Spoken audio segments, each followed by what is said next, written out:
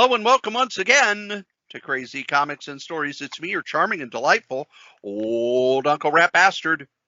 And at the other end of the series of tubes and wires that we call the internets is Joe, Crazy Writer. How you doing today, Joe? You know, I woke up this morning determined to drink less, eat right, and exercise. That was 4 hours ago when I was younger, full of hope. Excuse me, I gotta finish this pie before we... Well, and remember, today is National Ice Cream Day as we're recording this. So, Oh, you want me to scream? No, maybe not. I don't want to deafen our listeners. Of course, I always remember Evan Dorkin's joke. I scream, you scream, we all scream for heroin. Yay! What? Wait a minute. Oh, thanks. I like my teeth. That's meth.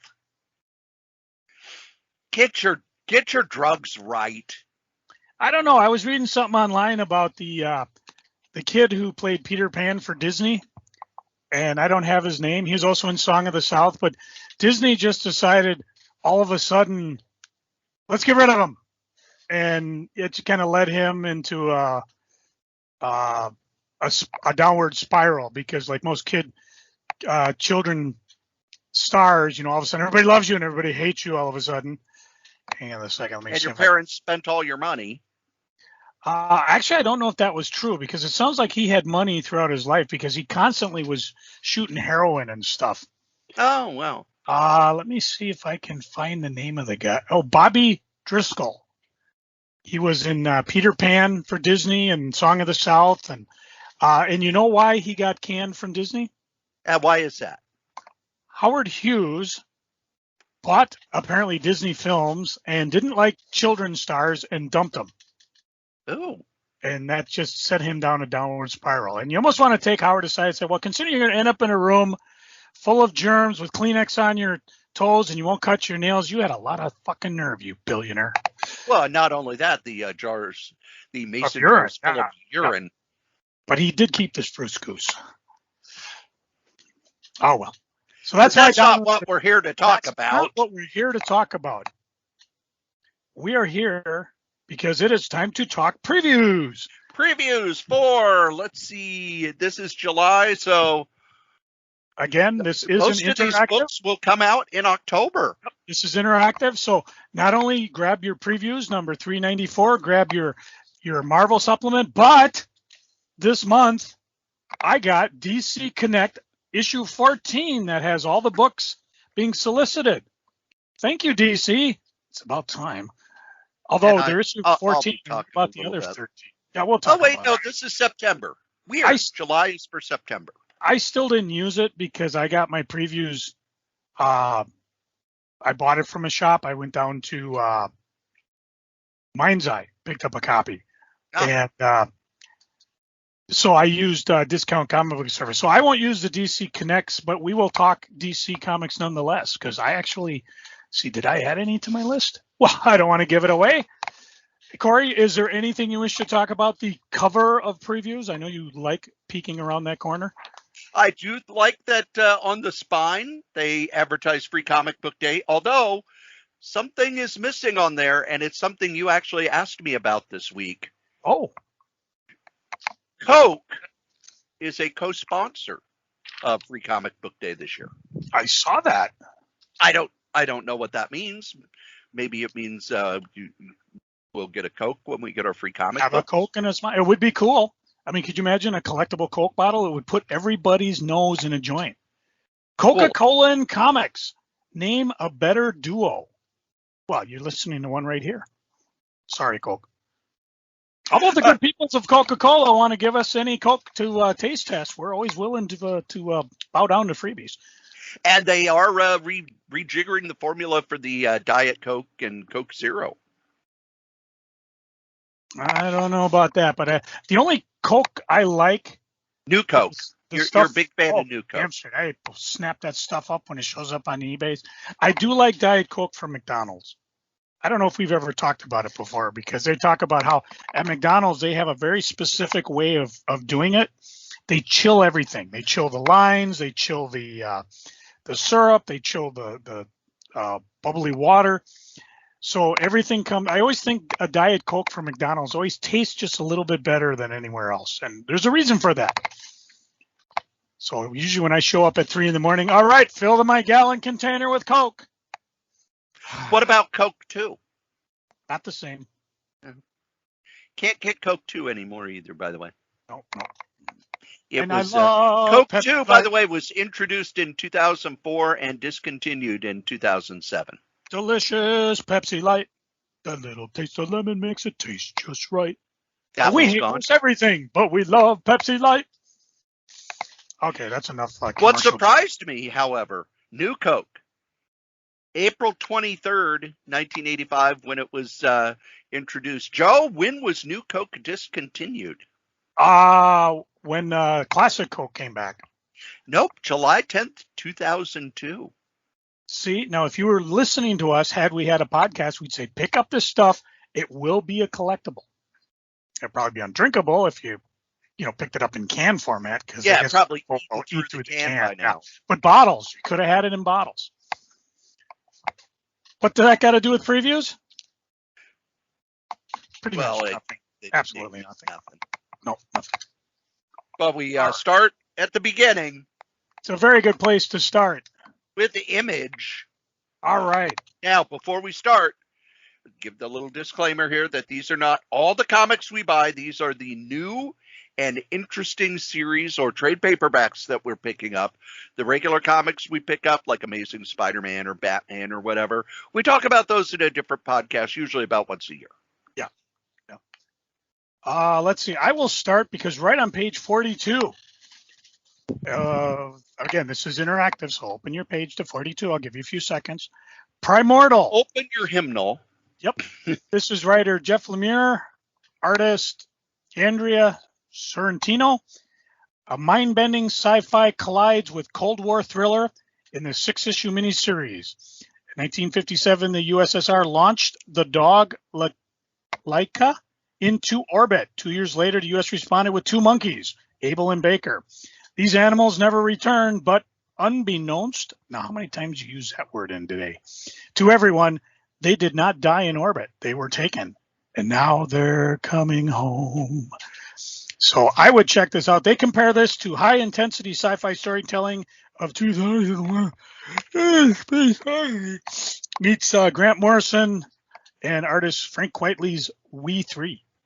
So a couple pages of art. Looks good. I think I'm on the fence on this. I don't know if I'm going to do graphic novel or miniseries, but one way or the other, I am going to pick this one up.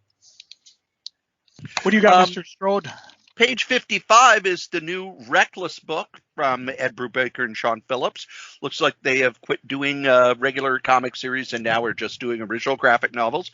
This one is Destroy All Monsters.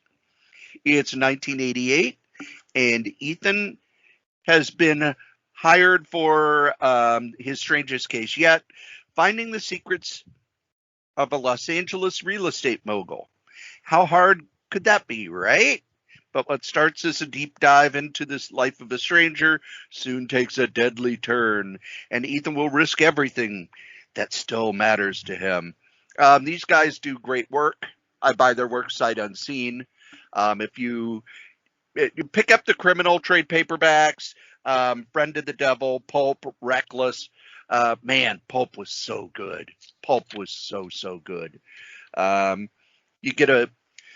You don't get any pages for this one, which is kind of odd. Normally they do, but if you've read Ed Brubaker and Sean Phillips, you know what you're getting. You're getting quality work. You're getting a great story, and the fact that they're basically just moved into trade paperback. To original graphic novels, I think is a good idea for them.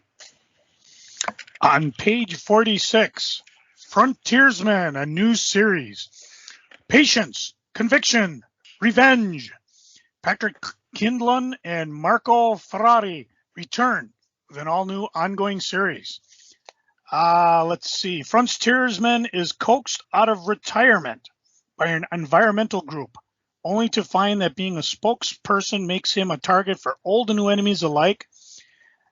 This apparently is a superhero odyssey with 3 awesome pages to go with it.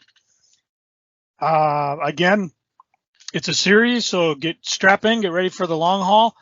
I will give it a few issues to try, and if I like it, it'll probably be returned. We'll revisit it when we do our review episode.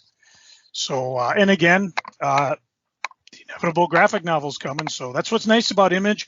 Very dependable. You can jump in on the series, which I like to do, or just wait for the graphic novel, which in some cases, like with Die and, what's the other one? Department of Truth. I like to do those in graphic novels.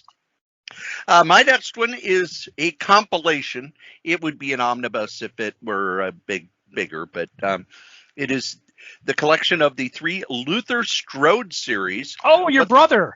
Oh, yes. I like to see your brother come back. We've talked about him in the past. Yes, this is a series by Justin Jordan and Trad Moore, who have since gone on to work at the big companies. This is the 10th anniversary special edition. It reprints all 3 of the mini-series about a person who gets superpowers in a world without superpowers. And it's really violent, very well done. I've reviewed it before. I will probably sell off my trade paperbacks to buy this compendium because it's the whole thing, 544 pages for $30. Not a bad deal. Not at all. 2 pages back. I prefer having big, thick books rather than a whole bunch of little ones. Yeah.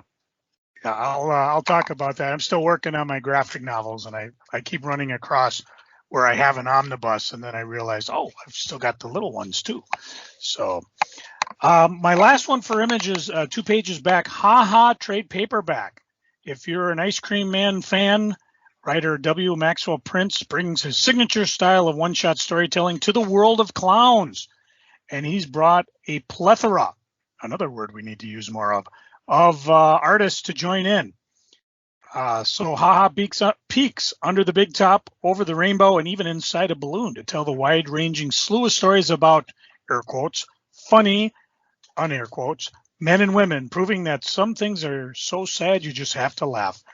I may buy this, read it, and give it to my cousin who's deathly afraid of clowns. So that's the way I roll. Like I said, that's the last one for me. I'm recommending from Image. Anything else hit your eye, Cory? We talk every time about what they're highlighting. What they're highlighting right now is they call it a backlist deep dive, and that's Stray Bullets by David Lapham. Where did he get his start, Joe? Do you know? Was it Stray Bullets? Nope. Before that. Oh no, I don't. You should, because he was an Image guy. Not Image. He was a Valiant guy. He drew Unity, I do believe. Oh, wow. And he worked there on a lot of Valiant books. This Stray Bullets was self-published, and then it ended because he ran out of money. And then it started up again, and now it's at Image. I bought the 3 big, thick hardcovers that he put out when he was doing it through his own. So I have then picked these up. And it's sad because it's like, okay, here are these great big,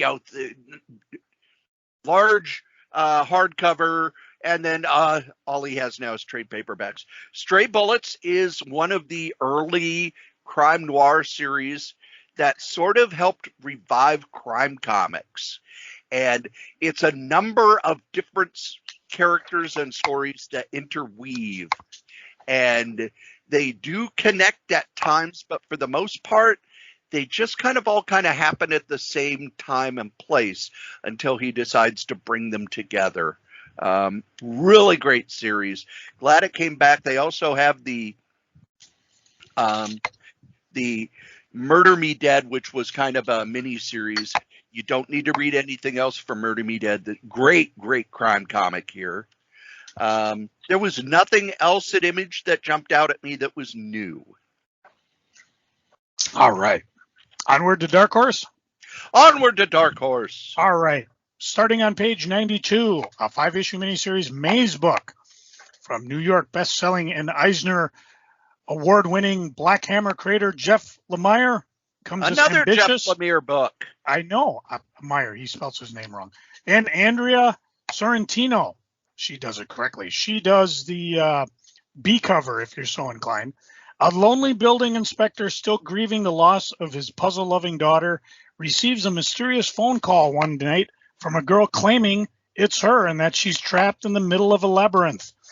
Convinced that this child is contacting him from beyond the world, he uses his unfinished maze from one of her journals and a map of the city to trace an intricate path through a different plane of reality on an intense and melancholy adventure to bring his daughter back home. The only way out is in. Again, 5-issue miniseries or wait for the book. Dark Horse is also very good at getting a graphic novel out fairly soon after the last issue of a series is done. So I definitely recommend this one.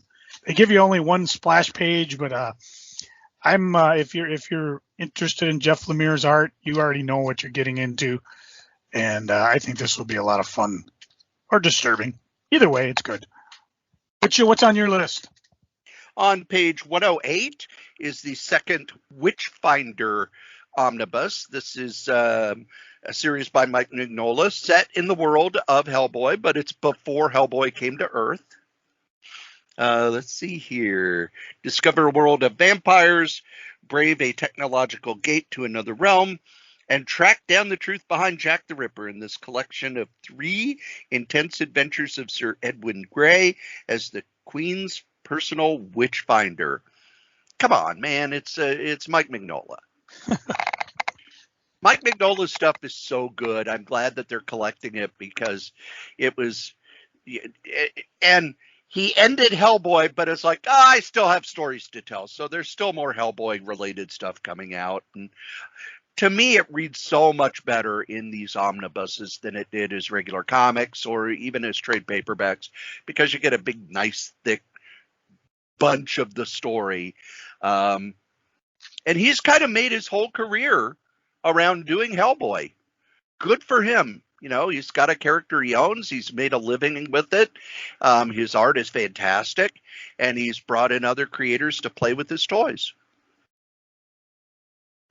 Joe? I cannot find it. I was going to recommend The Last Flight Out, but I wrote down the wrong page number. So if you want to bear with me as I flip through. There it is, page 101. Apparently I can't read my own writing. Last Flight Out. Mark Guggenheim, Edward Farigato. The Earth rendered uninhabitable. Humanity has chosen to evacuate to the stars with just 24 hours left until the last ark, designed to evacuate Earth's residents, leaves forever. Its designer's estranged daughter goes missing. This is a story of an absentee father trying to make amends with his daughter during the end of the world. 6-issue miniseries. Buy it now or buy it later. It looks really good. The only way to survive is to abandon Earth. Gotta love that. Mr. S? Page 119, Dark Horse is still reprinting the EC archives in paperback, so you can get them for $20. $20 for 5 issues of The Haunt of Fear. Haunt of Fear was one of the 3 EC horror books. It's the best-selling at the time and the best-selling now. Haunt of Fear, usually the main anchor story was by Graham Ingalls, so really, Graham Ingalls had this really kind of drippy, grotesque style of art that so many artists picked up and ran with. If you like Bernie Wrightson, if you like Kelly Jones, if you like Mike Mignola, their art style goes back to Graham Ingalls. He sort of created that sort of style, kind of a almost Victorian horror style. You've also got, Jack Davis, hack. Wally Wood, hack. Jack Kamen, hack. Harvey Kurtzman, hack. That's the good stuff, man. If you have not picked up any EC books, you can never go wrong picking up one of the EC archives, especially now that they're coming out in trade paperback, because the hardcovers were $50. The trade paperbacks are $30 cheaper. Come on, man. You got it. You owe it to yourself. Come on, man. The only other thing I've got from Dark Horse, I'm going to point out to your Stranger Things fans, you've got from page, 96 to 100, full of Stranger Things goodness.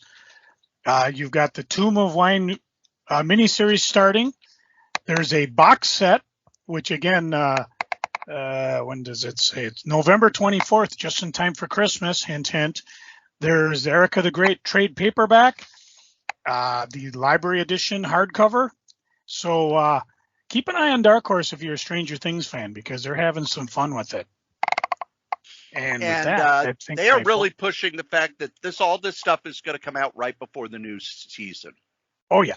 Yeah. So, and I'm looking forward to that because I've been enjoying it. I have one left in Dark Horse. Okay, what you got? That is page 123, Halo Legacy Collection. Joe, you never had an Xbox, did you? Negative. I wasn't rich enough to afford an Xbox. I was middle class poverty. That's why I waited for paperbacks instead of buying hardcovers. So that's why you've never played Halo? Never. Although I did play Duke Nukem. Did you know that when Halo started, Marvel had the license and put out a series of actual hardcover graphic novels? I did. We actually had them. I think I ordered them for people. Well, you don't need to be digging through the back issues and digging through the bins for that, because they are putting out a book that has all of them. Let's see. So it's written by Brian Michael Bendis, Peter David, and Fred Van Lente. And those are all available on page 123. So pick up. And that's one of the things I always find so interesting when a franchise moves to another company and they start reprinting that stuff. Kind of odd that Boom hasn't been reprinting the Dark Horse Buffy stuff. But could be a licensing thing. Considering what I sold one of their out-of-print omnibuses for season 5, yeah, there's definitely demand out there. Unless the continuity they're doing doesn't tie into what they're currently writing. It does not, but then with Conan, neither does that. The Dark Horse stuff doesn't tie in, or Marvel Star Wars. All the stuff they're putting out is the reprints of the Dark Horse stuff is called Star Wars Legacy, because if it's part of the extended universe, I guess it's called Legacy now. Doesn't exist. Well, it does. Never happened. Just in a different universe. Sorry, never last. So next up is DC. DC. Now, I don't have. I said I had the DC Connected, which is their book now. If I get my previews on time, I use it. I, however, still just went online, which I loathe doing when I'm trying to figure out what I want to buy. I've got 3 things to talk about, but Cory, you said you had a comment about the DC Connect. Yes, if you look through, first off, it's very thin. Not everything gets a full page. Matter of fact, most of the books in the back, including the collected editions, 6 to a page. Oh, wow. That is magnifying glass territory for me. That's magnifying glass territory for anybody. And when you go, you keep going back to get to the trade paperbacks. You have to start with page, let's see here, it is 38. Yep. And that's for omnibuses and hardcovers. Yeah, don't miss out on the George Perez Volume 6 Wonder Woman, because that's on page 37. Yeah, there's a couple that I'll point out, but this is terrible. You're Joe, let's say you're a comic shop. Which would you rather sell? 10 copies of Batman or 1 Batgirl of Burnside Omnibus?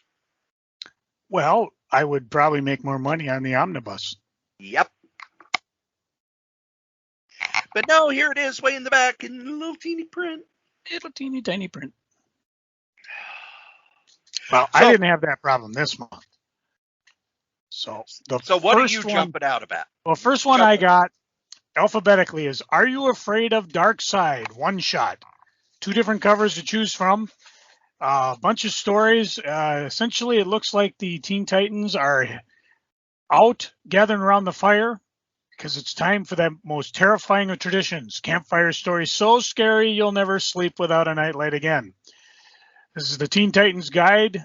For those brave enough, they got Tales of Batman, the Hidden Killer, Superman and Lois Lane and the Killer in their back seat, Harley Quinn and Darkseid versus a furious Bloody Mary, and 4 more stories so hair-raising you can call your mama to come pick you up.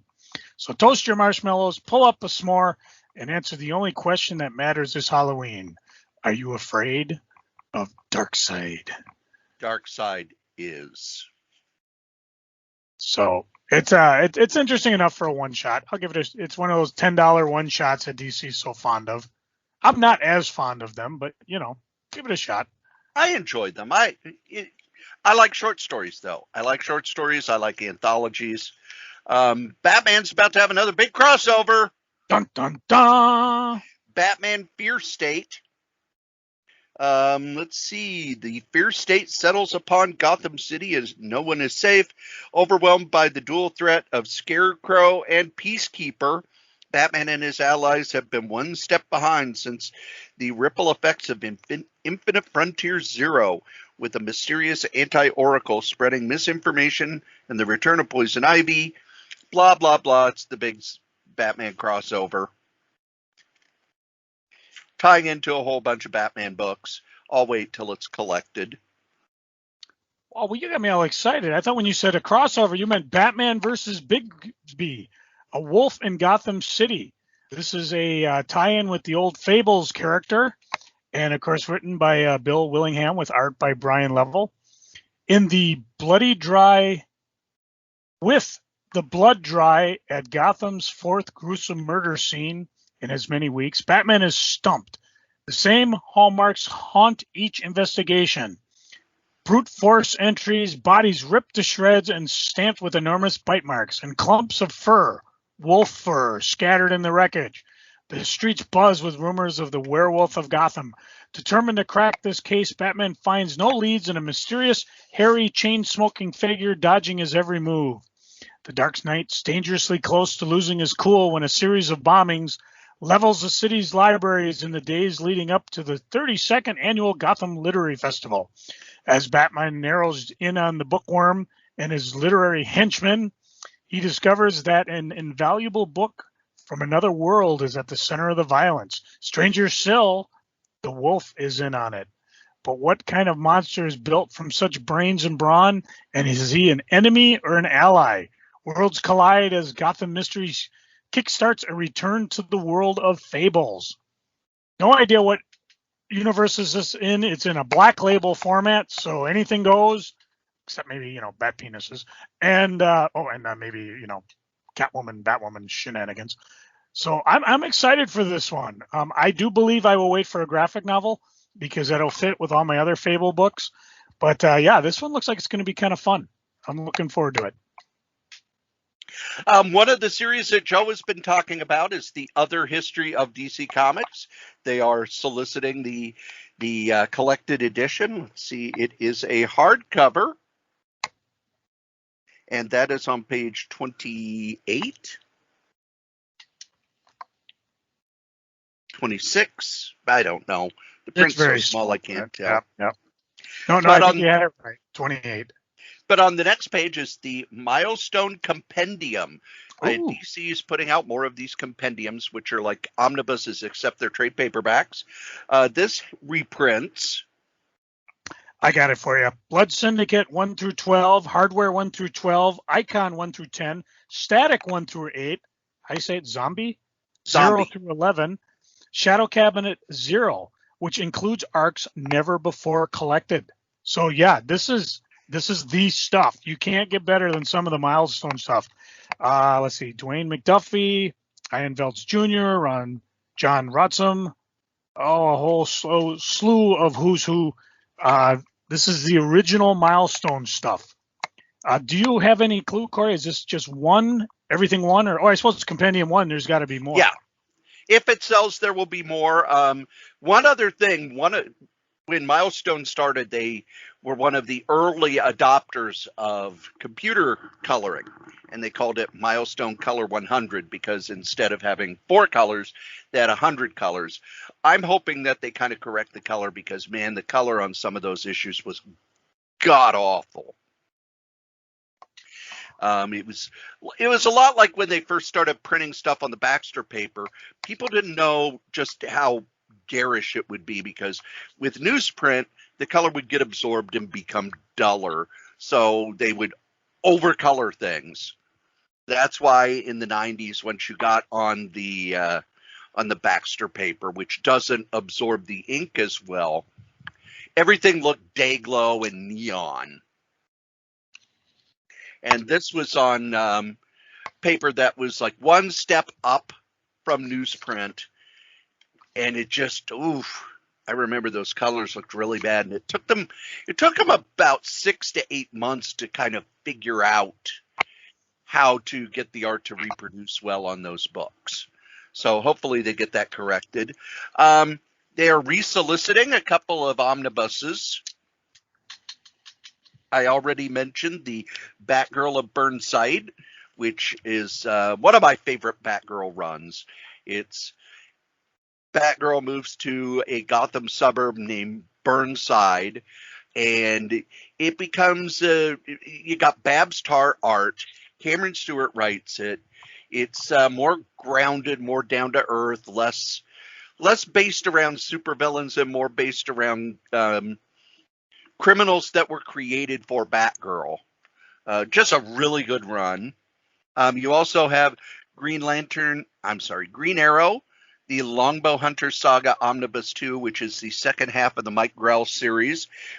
Much of this was drawn by, Rick Hobart, Mike Grell, Gray Morrow.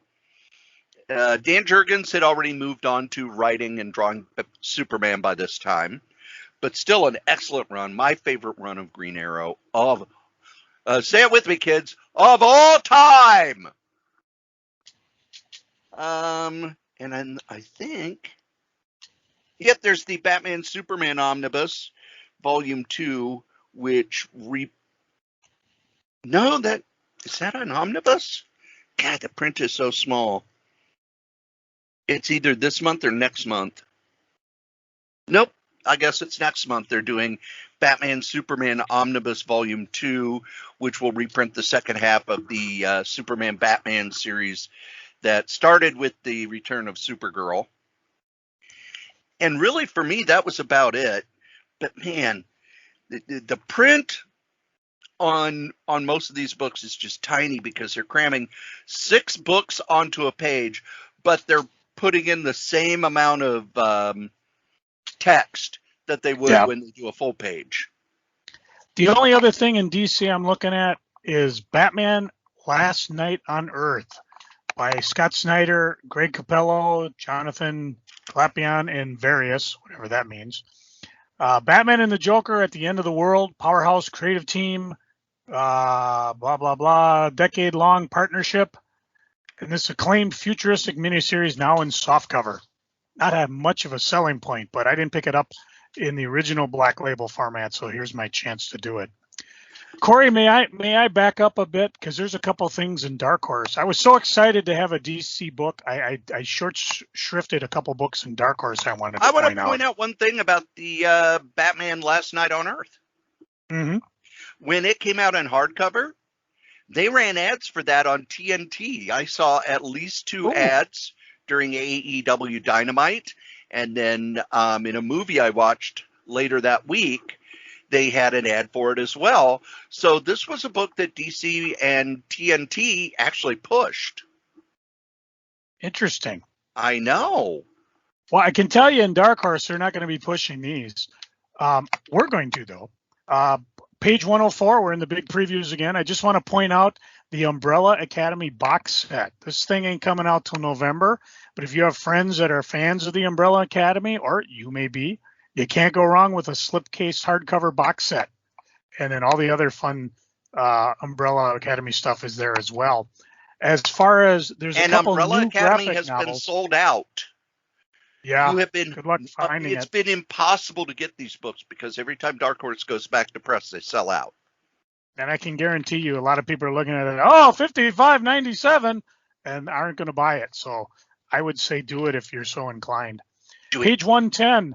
There is a trade paperback. Rewild. Fables meets the Fisher King in this new original graphic novel from Devin Grayson and Yana Adamovic.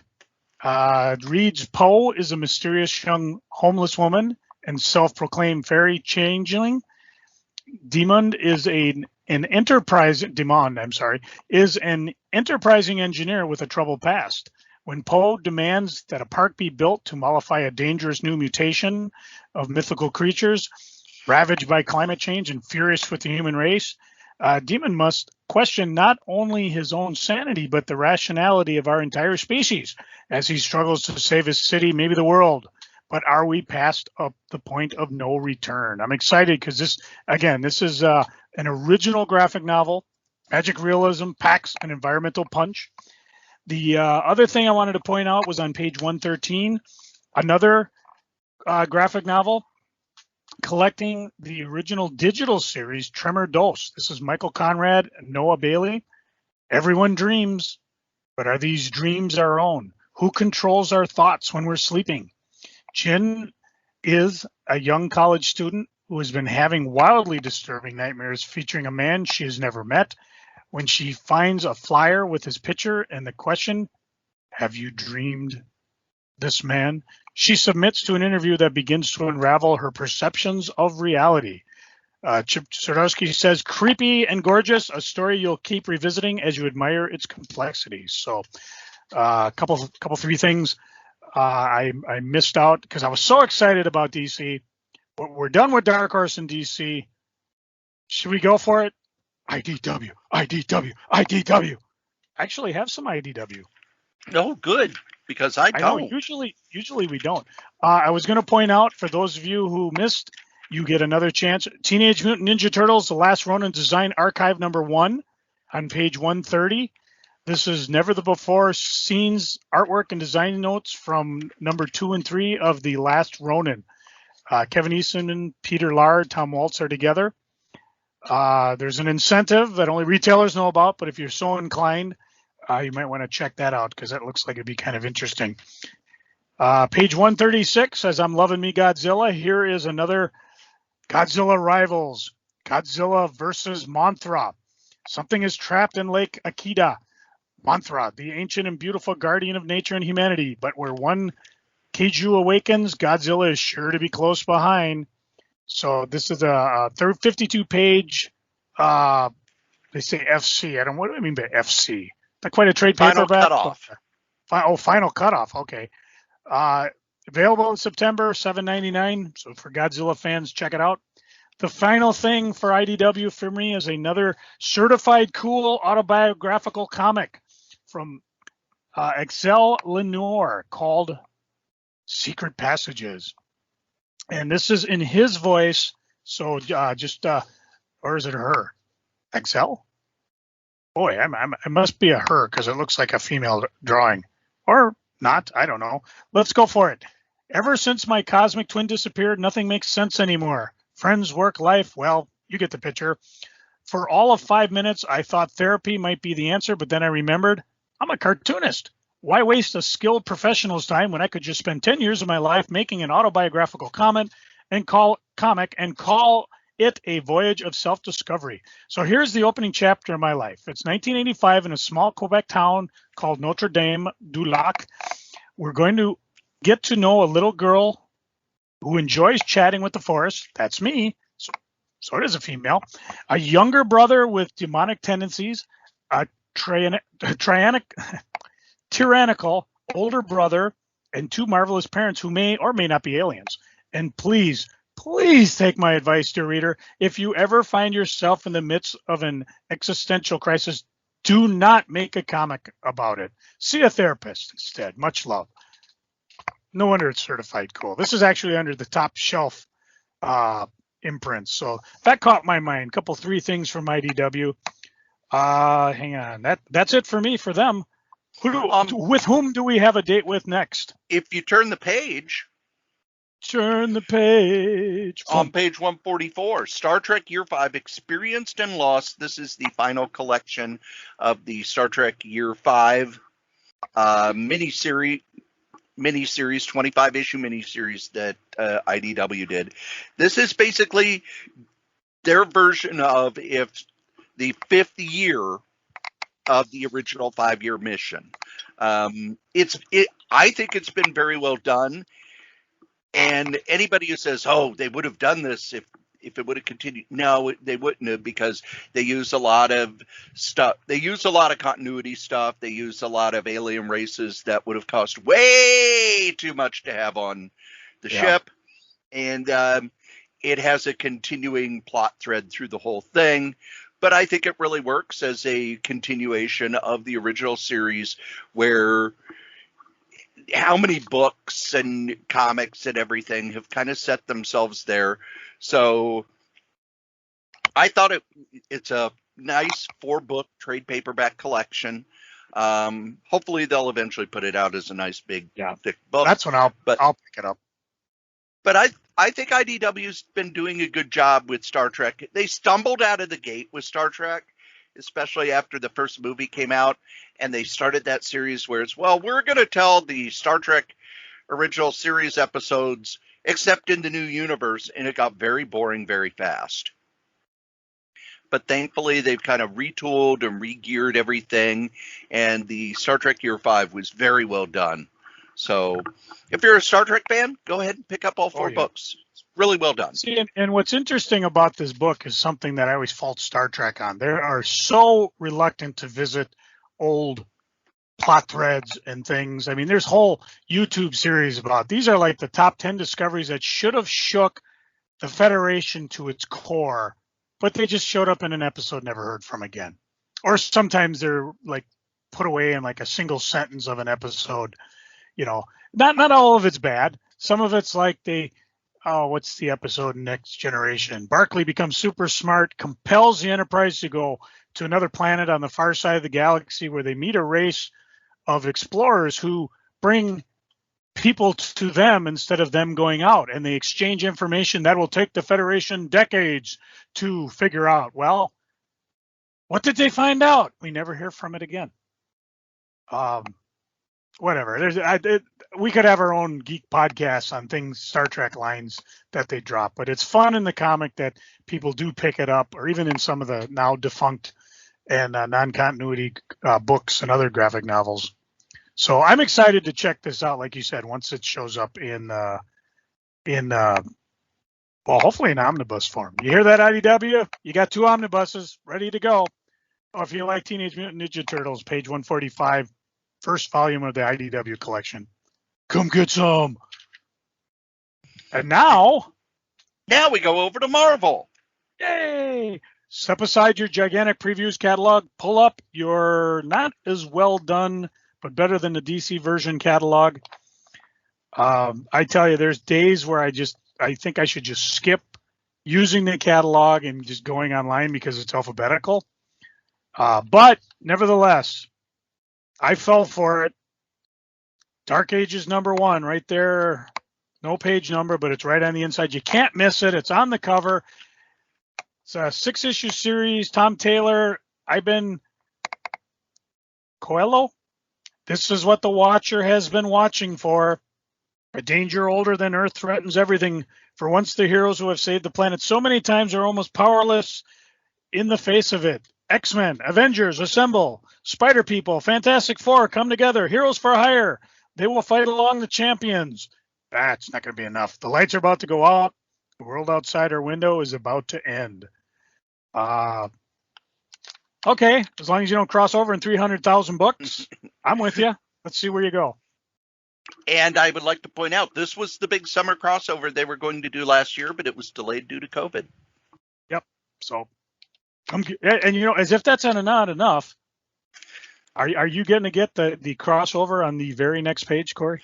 Why, yes, I am. The culmination of Jonathan Hickman's X-Men begins here, which means we are entering the third act of Jonathan Hickman's X-Men story. It begins with Inferno, a 4-part miniseries, but I'm buying these in the trade paperbacks. They are now up to the Way of X. First was the Dawn of X, then the Way of X, and now we'll see what this is. By the way, did you read X-Men #1? It's in my pile. I have not read it yet. Oh, it's really fun. Really, really fun. Yeah, I'm looking forward to it. But Inferno is the beginning of the end for the Jonathan Hickman story, which, hey, a story with a beginning, middle, and end? Shocked. I just kind of wondered, because from what I hear, they backed a truckload of money up to Jonathan Hickman's house for him to come back, and he's not doing anything at Image right now. I'm wondering if he's going to stay at Marvel and do something else, or if he'll go back to Image and do his own stuff. But wherever he goes, I'm going to follow. Yep. On page 11, the Darkhold Alpha. This is another crossover that was going to come out last year. Yeah. Let's see. Steve Orlando, Cian Tormey, tons of variant covers. Let's see, where it's a story that will delight and terrify. For hundreds of years, scholars and heroes alike have searched for the complete text of the Darkhold, a.k.a. the Book of the Damned, written by the elder god Chthon. Now, one of the greatest sorcerers in the multiverse has found it, and Chthon has found him. To save them all, the Scarlet Witch must gather the world's greatest heroes, unleash their inner darkness, witness the Marvel's universe descent into chaos. So this is a one-shot leading into more stuff. So the Scarlet Witch, huh? Yep. Interesting. Although, Cory, are you on page 16, 17? Are you going to be reading this next one? Let's see. Is this another? Oh, yeah, it's another Peach Momoko series. No, beyond that. One shot. The Peach I'll read as it comes out in graphic novel, but no, this is page 16, 17. Oh, Death of Doctor Strange. Yeah, Another he big may crossover. Not be joining. Yep. Oof. 5-issue series. Dr. Stephen Strange is the world's greatest neurosurgeon and Earth's sorcerer supreme. He defends our planets from the supernatural and the interdimensional threats no other hero is equipped to handle. But what would happen if he unexpectedly died? Who would protect Earth and keep the mystical evils at bay? And more importantly, who killed Stephen Strange? This is the final chapter in the life of Dr. Strange. It starts here. Let's see. Jed McKay, Lee Gilbert, half a dozen. It's a great idea to kill him off before his second movie. Yeah. I always thought this was interesting because way back in the, I don't know if you call it this, in the 1970s, there was the Doctor Strange that started. I can't remember who did this. Oh, screw this. Let's go to was that Steve Atomic Avenue. Yes. And who's the crazy artist then? Let's see.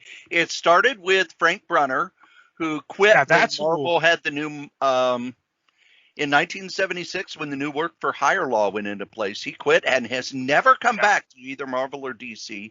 So Gene Colan took over. Yeah, this would be in that run because what I remember, it might be issue number 4, because all I remember is Doctor Strange was near death. What the hell? It's from 1974. Basically, he was shot by the Silver Dagger and was dying. And he runs up against death. The Ankh appears on his forehead. Doctor Strange thwarts death, and as he's flying away, Death is like, that's okay. I can be patient. You'll be with me sooner or later. You only have to die once. And I'm like, that stuck with me as a kid for a long time. It also comes up with the idea because Strange has defeated death. That's why he's essentially immortal. But death is patient.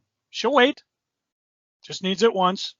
This could be that once. I have no idea if the two are going to tie in, but lately some of the surprises Marvel's pulled out of things, especially in the what was the Null series with the Black King crossover? in Black.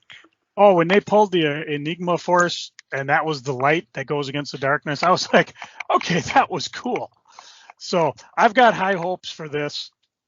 Maybe Darkhold Alpha. Again, it's a bunch of crossover miniseries. As long as they stay in their own lane, I'm fine. If they start breaking out in tons of crossovers, well, I'll stick with the main series and wait for the omnibus. So right off the bat, 1, 2, 3, 4. I've talked enough, Corey. What you got up next? They are bringing Kazar back, but I'm going to buy that as a trade paperback. Kazar. I didn't even know Kazar had died, but I guess he was killed during the Empire. But if you go to the page right after it, and I think that is page 26. Aha. Kazar Marvel Tales #1. Everybody needs to pick this up. This is one of the best X-Men stories ever. It was the first 4 issues of Marvel Fanfare. So you get the first issue, I think the first and second issue are by Mike Golden, who's phenomenal. Then there was an issue by Dave Cockrum, and then the final issue was by Paul Smith, who, the older I get, the more he is my favorite X-Men artist.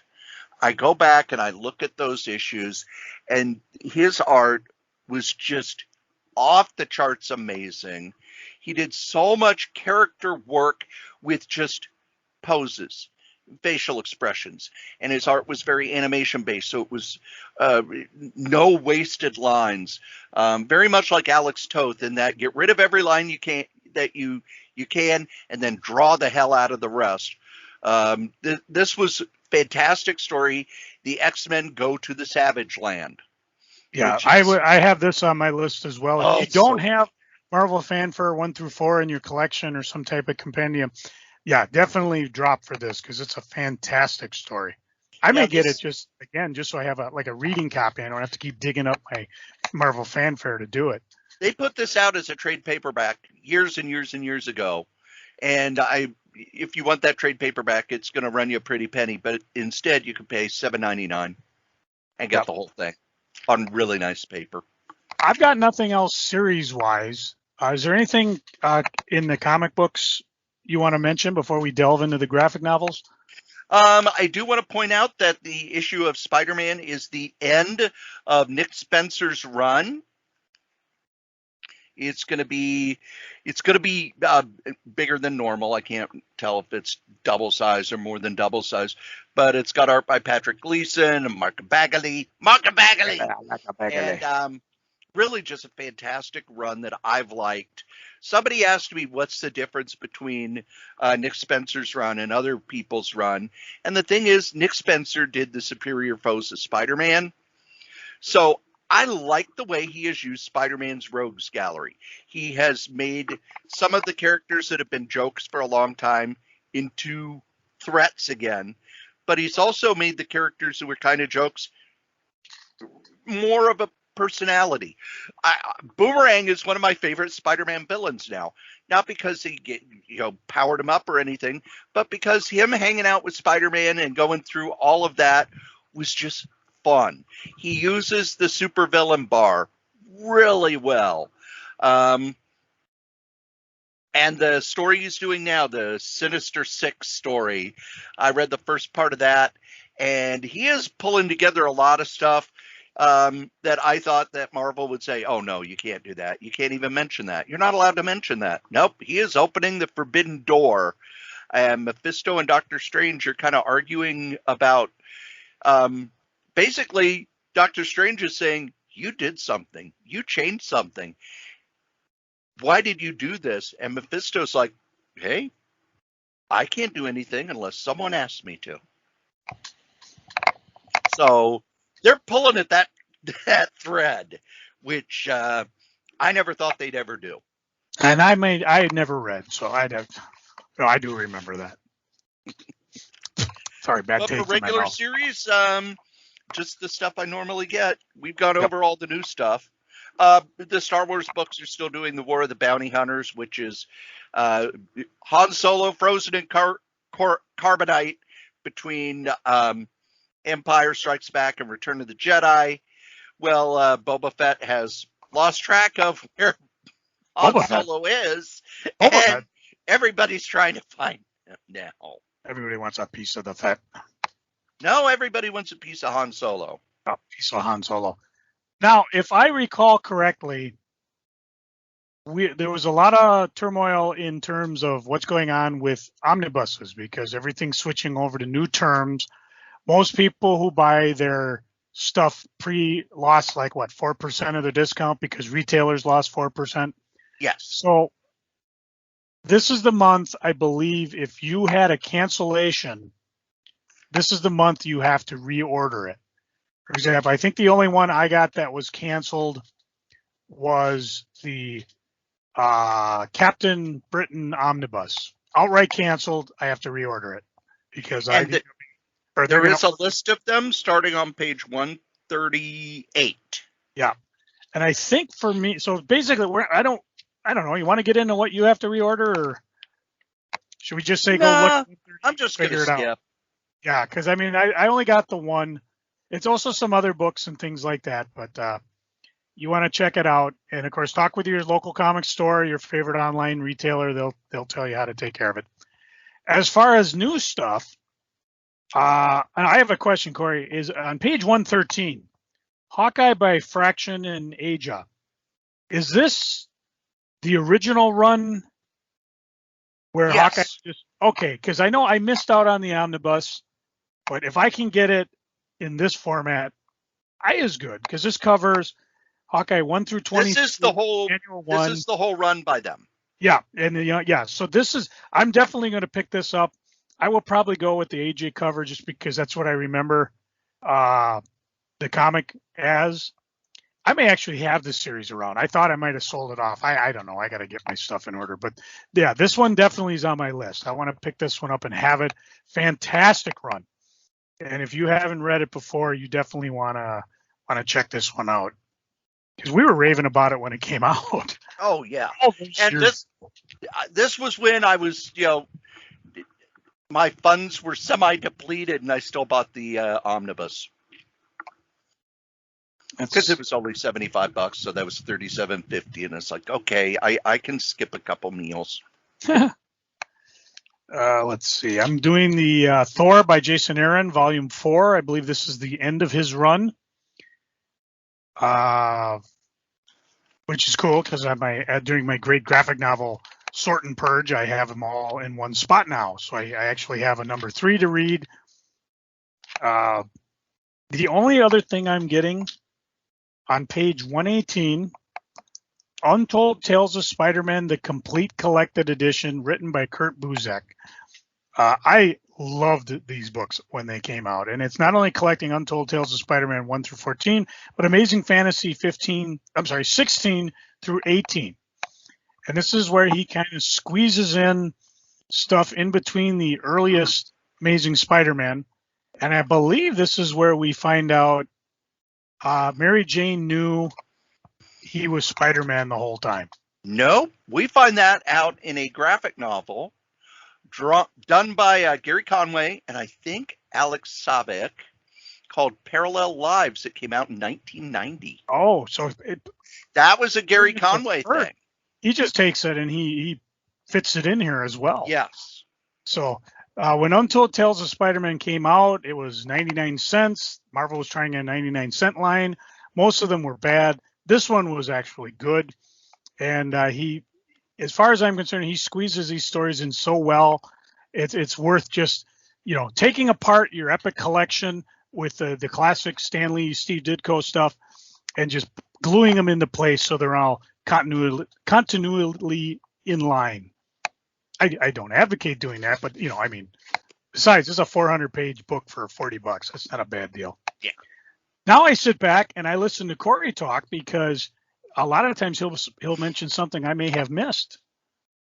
Well, first off, we do the omnibuses. Conan, the original Marvel Years Omnibus, Volume 7. This reprints Conan. Let's see.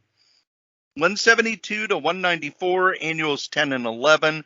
This was when Christopher Priest was writing it, although back then, yeah, he was Christopher Priest by then. John Buscema did most of the art. with Val Semeka's doing some fill-ins. Ernie Chan did most of the inking. His stories were okay, but it's the John Buscema art and Ernie Chan inks that I'm buying this for. I am not buying the Doctor Strange Sorcerer Supreme Omnibus Volume 3. This is when they decided, okay, we need to change up Doctor Strange and make him a goth guy. Yeah. And if you look at that cover, it's like, yeah, that was a mess. Well, But I have these in the originals, which I've never read. So I'm like, I'm not going to buy the omnibus unless I read it and decide, oh, yeah, these are worth keeping.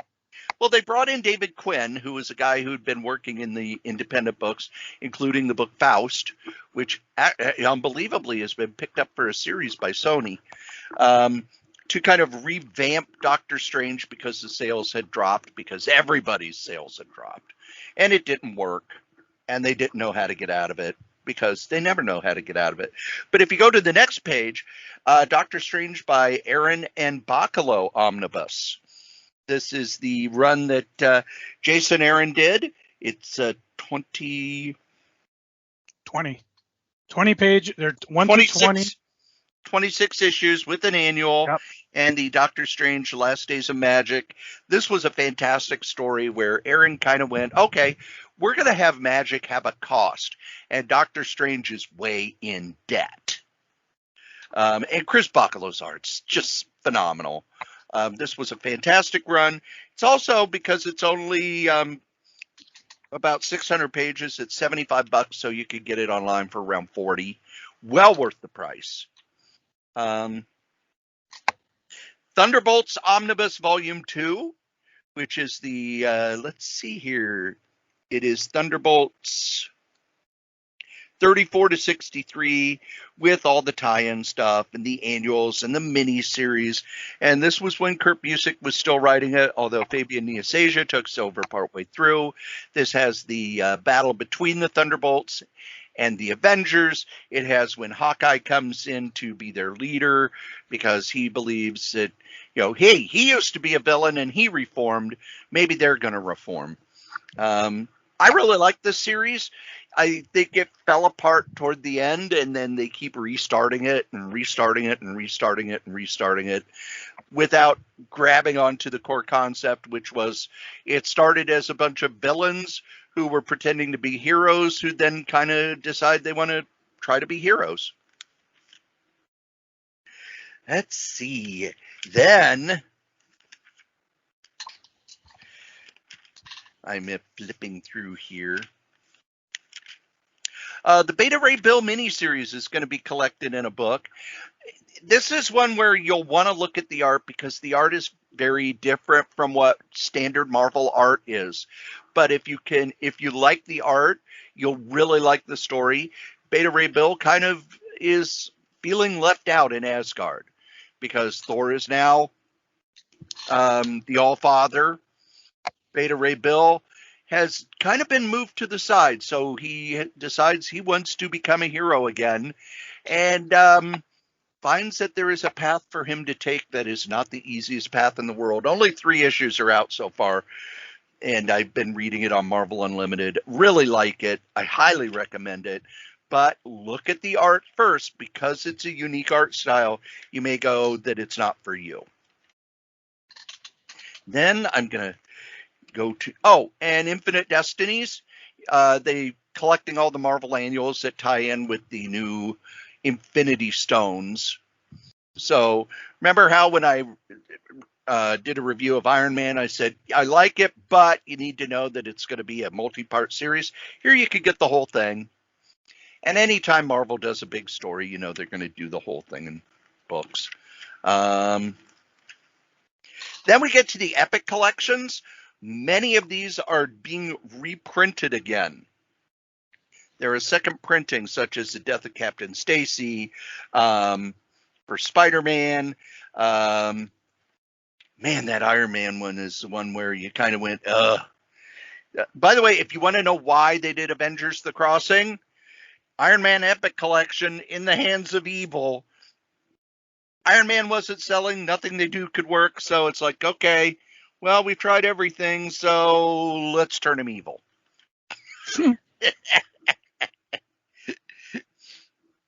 I want to give a special note. Tomb of Dracula, the Complete Collection, Volume 5. There will probably be a Volume 6 that reprints the Tomb of Dracula black and white magazine. It was not by Marv Wolfman. It was not any good. This is the end of the Tomb of Dracula story. If you get those 5 volumes, you've got the whole thing. That was by Wolfman and Colin. That's all you need. On the next page, the Marvels Project. It has not been printed for a long time. This is a fantastic, fantastic book by Ed Brubaker that delves into a more realistic and now canon version of the Golden Age heroes and how they were created. And then I will point out the Mighty Marvel Masterworks, which are the Masterworks that are in that smaller size, so they can be sold through Scholastic Books. This is the first 6 issues of the Hulk. Now, all the others have been the first 10 issues of stuff. Joe, why was there only 6 issues of the Hulk in the first Masterwork? Well, they canned it after 6 issues. And what comic did they cancel it for? Does Joe know? For a shiny new dime. I don't get a shiny new dime because I don't know. Remember, Marvel could only print 8 books a month. Did they go to Tales to Astonish? Nope. They canceled Hulk and started a new book called Sergeant Fury and His Howling Commandos. Ah, the classics. And if you ever want to read why Hulk didn't work in the beginning, these 6 issues are psychotic. The Hulk's powers change issue to issue. How he becomes the Hulk changes issue to issue. The type of stories they tell change from issue to issue. This was very much a Stan Lee was trying to find some sort of formula. The first issue read like a Frankenstein story. The second issue read like a Marvel monster story from the Atlas era. By the time you get to Ditko, it's more just weird, and that Ditko issue has the weirdest image you will ever see in your whole life, where the Hulk Banner had to turn into the Hulk by subjecting himself to gamma rays every time he wanted to turn into the Hulk. There was one time he threw his hands up in front of his head, and after his body is turned into the Hulk, he still has Banner's head, and it's one of the weirdest goddamn things I've ever seen. So then the rest of the Marvel book here is the stuff that's being resolicited. So check with your local shop if you need to reorder things. At DCB Service, so far they've only canceled the omnibuses. They haven't canceled the paperbacks yet. So I don't know if they're going to do that or they'll just sell them to us under the old terms. I guess we're going to find out. And that is Marvel. Marvelous. And now, because we no longer pay attention to the alphabet when we're in previews, Dynamite. All right, I have some things I'm just going to mention. They're not things I'm going to buy because I'll probably wait for a trade. If you liked Army of Darkness, check out page 162. Army of Darkness, 1979. Dare we say it? Yes, we dare. Ash is back, baby. That's all you need to know. This really comes out of his appearances in Dynamite Lives. So if you're an Army of Darkness fan, rush to that page and check it out. On page 156, let's see. Let's go backwards a few because that's what we do. Another Red Sonja book coming out. This one by Mirka Andolfo. Andolfo? I guess so. If you like Mirka's work, this is the series for you. Just like there was one that I'm watching. I can't remember. It's up there. Let me see if I can find it. Oh, whatever. We'll figure. Oh, wait a minute. It's right in front of me here. The Invincible Red Sonja, the one I like because I like the artist and the writer team that's doing it. So that seems to be something interesting that Dynamite's doing. They're taking the popular creative teams and just having them run their own series to see how that works. On page 166, I'll mention there's a Vampyverse coming out. So if you've ever been interested in anything Vampirilla, they're going to try to cover up some of the plot lines they've come across because she's gone through time and space. Vampirilla of every conceivable notion, born to protect her particular reality. But now something or someone is killing them, stealing away their precious life energies and growing in power. It's up to the remaining Vampirilla in one of these universes to gather some of her special sisters to go find and keep it from destroying the creator of all things, the artist. So that seems to be the big thing now. If you've got a bunch of characters in a similar theme universe, I go ahead and create a universe for it. Starting on page 192 is all the fun stuff I absolutely love about Dynamite. If you need a Jose Gonzalez Vampirilla statue, there's one there. There's an Art Adams Bloody Bus proof. If you want a Boys #1 gold foil edition, right there for you. There's a Reanimator formula pin, Elvira metal crypt cards. Following page has a bunch of metal comics, limited editions being offered. There's a Smiley, the Psychotic Button bottle opener, for those of you who need bottle openers. If you're into premium sketch cards, look on page 195. The coins are back. There's Vampirilla, Red Sonja, Peach Momoko's doing a Vampirilla collectible coins. Art Gem is doing a Vampirilla coin. There's a bust. So, yeah, Dynamite's, just like Dark Horse, has a lot of fun comic book tie-ins that if I had a comic store, I'd be carrying these because I can almost guarantee you, as I go through all the different comic stores around the area, you never see these things.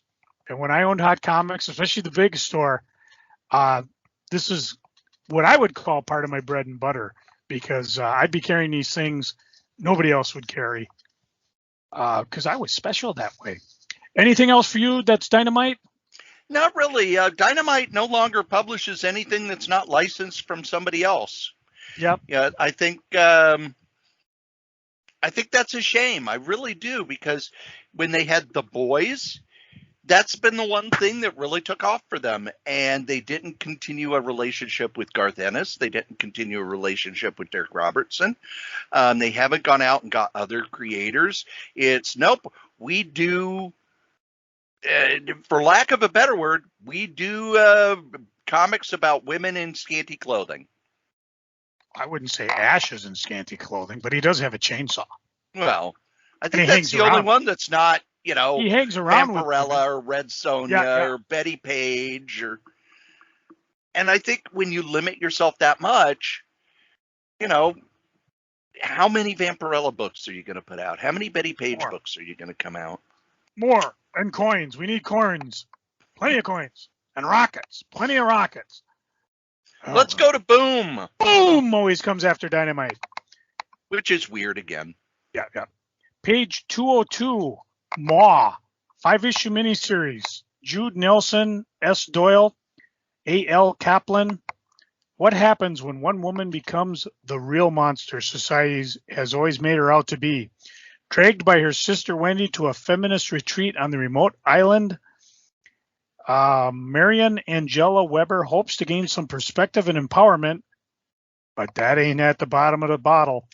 Everything is horribly derailed after an assault on their first night here.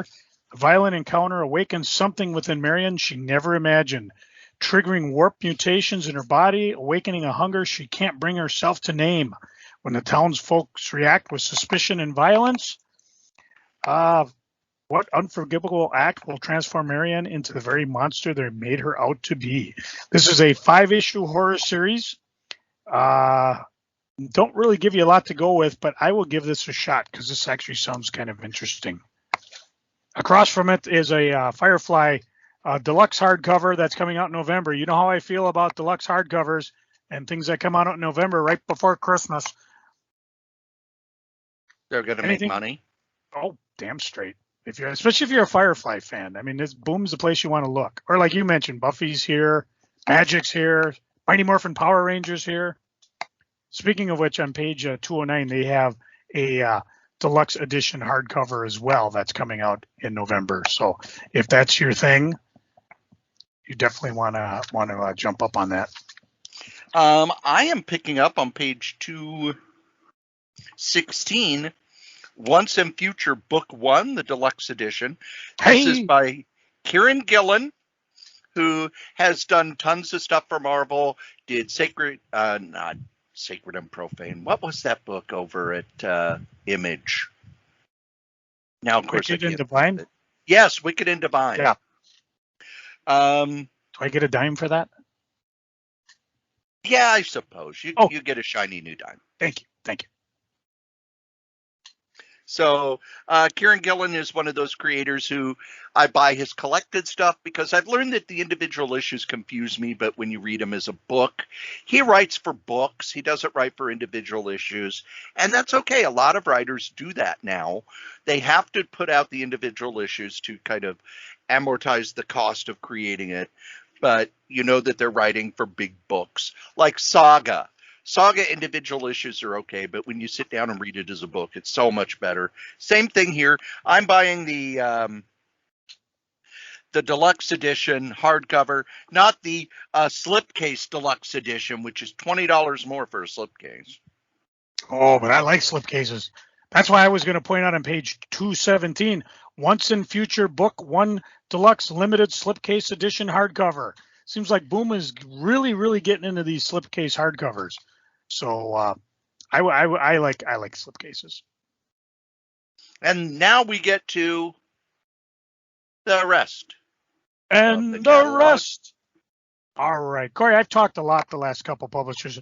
Why don't you start us off on the rest? I'm going to start with one thing that I found really, really fascinating. Ablaze, which has been publishing Conan comics. At first, they were kind of getting through a loophole because Conan is public domain in Europe, but still copyrighted here in the U.S. because our laws are different. So they were publishing them in Europe and shipping them here. And then they eventually worked out an agreement with the Robert E. Howard people. Well, there's no Conan book this month. And they have just been reprinting the Conan stuff from Europe. So who knows? Maybe they're out of it. Maybe it didn't sell well enough. But they are no longer doing that, which, to be honest, kind of surprising if you were willing to fight for it. And then it's, I guess it's just not selling well enough. You will fight for your right to Conan. But the first thing that I'm pointing out that we've got new stuff from Ahoy Comics, one of my favorite publishers. We've got a trade paperback of Edgar Allan Poe's Nifter of Blood, which is a horror anthology, and a first issue. What page is that bad boy on? That is on 254. 254. And then a first issue of Black's Myth. The hit werewolf crime story continues. Out of leads and quickly running out of time. Our characters, blah, blah, blah. It's the print's way too small. I'll be able to read it next Monday, but right now I can't read it, but I don't care. It's a Ahoy comic. It's a continuation of one of their werewolf crime stories, which was a fun mix. And I am picking it up. And yeah, this is where I had a lot of trouble with previews this month because the print is just tiny.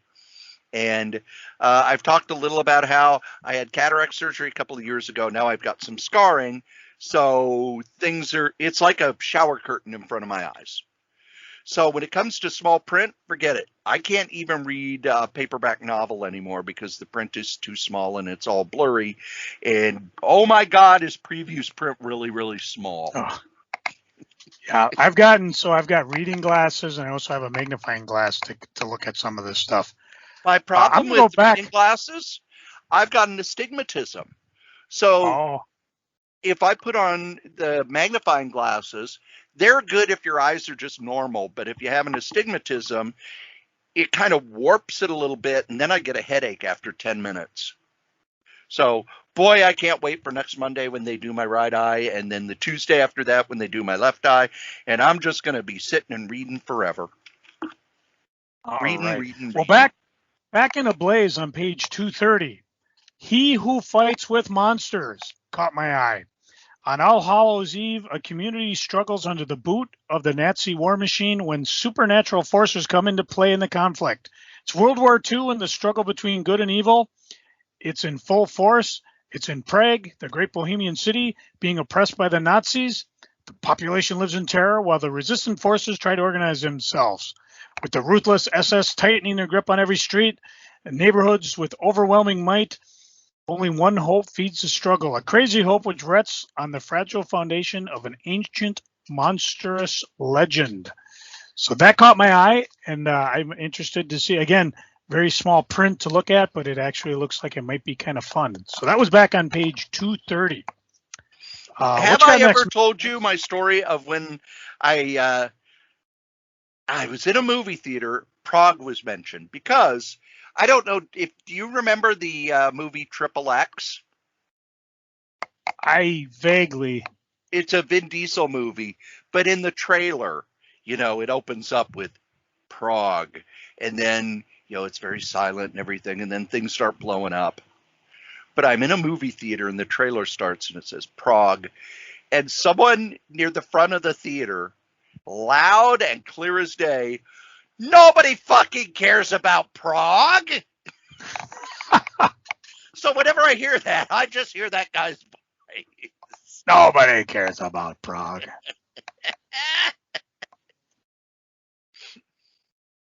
By the way, nothing in Archie. Nothing in Archie? Nope. There's a Halloween comic that's regular comic size. The regular digest. They've got an 80 Years of Christmas. That's 256 pages for $10, which is way too damn much. The Archie 80th Anniversary Jumbo Digest is yet another the Jumbo Digest. Nothing from the regular Archie series. Nothing from the big thick books they do. We're interested in what you want to buy, not what you don't want to buy. Yeah, but I'm really shocked. Archie has, I would call it a hit series in Riverdale. They got nothing.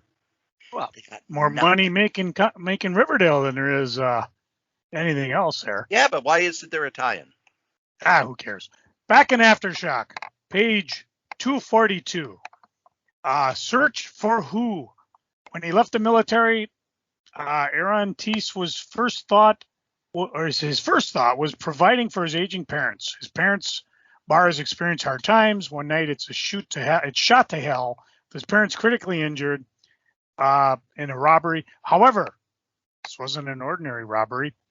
Aaron's mother reveals she fled China to escape the blood feud between the Jewish and Chinese sides of her family, both of which are powerful organized crime families. Peace exists between the two families, but now it's broken, and Aaron must protect his parents from further violence.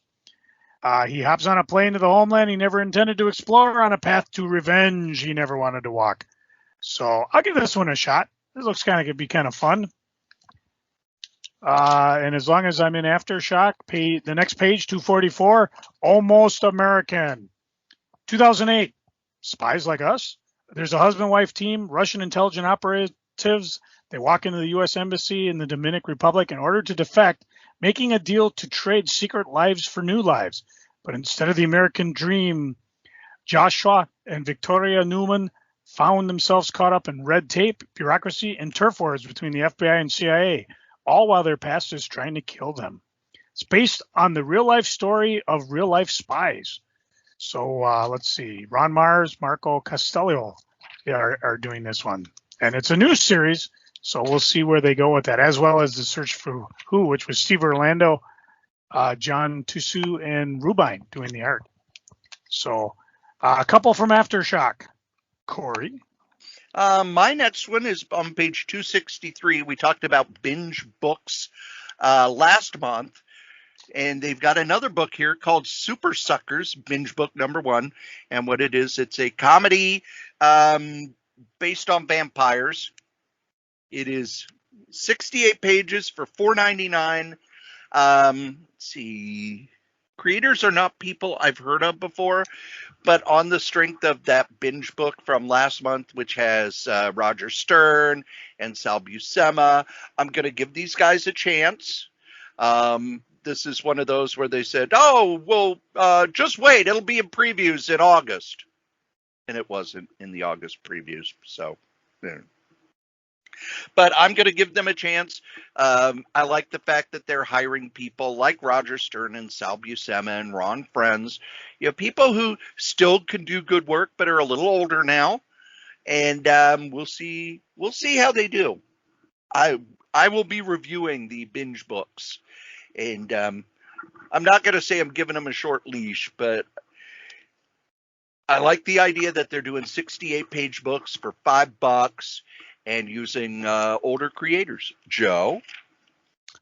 Let's see. On page 255, The Book of Megarthum, James Turner. On the dark and shadowy surface of a living black hole resides one Megarthum demon. After endless eons of success as the star employee of the Insanity Acquisition Department, the IAD, he has lost his passion and purpose. Yet he knows all too well that those who do not drink the antediluvian Kool-Aid are soon fed to the ravenous maw. To save himself from annihilation, Mr. Thum sets off on a... I need a Thum here. Thum. Sets off on a desperate journey of self-discovery. He flees the void, seeks help on a small blue orb known as Earth. Unfortunately for Thum, his arrival is detected by the Archon Hunters, an organization dedicated to protecting the world from eldritch horrors such as himself. Immediately, 2 crack hunters are dispatched from headquarters. Their task? Hunt down and terminate with extreme prejudice the potential world destroyer. 160 pages, $15. That sounds like it'd be kind of fun. And then we can say, and then when we review it, we can all say it together. Boom. Cory. Page 306. It is Fair Square Comics LLC, so they are a new publisher. 16 original stories, 40 black creators, 1 essential anthology. Noir is the new black. Unhinged, unfiltered, unstoppable. It's 16 crime stories, 148 pages for $25. You had me at crime story. Come on. Joe, you've known me long enough. Crime comics, I jump on. I love me some crime comics. And it's an anthology. Yeah, you got me. I'm in. All right. I'm all in. I'm in on page 282. Nobody's Child. This is out of... now I got to go backwards. I'm not sure who's publishing it. Dun, dun, dun. Behemoth Comics. Let's see. An unsuspecting time in the future. In an start again. Take 2. In an unspecified time in the future, it is discovered that within a special breed of albino rhinoceros, there is a genetic code that holds the properties to regenerate man.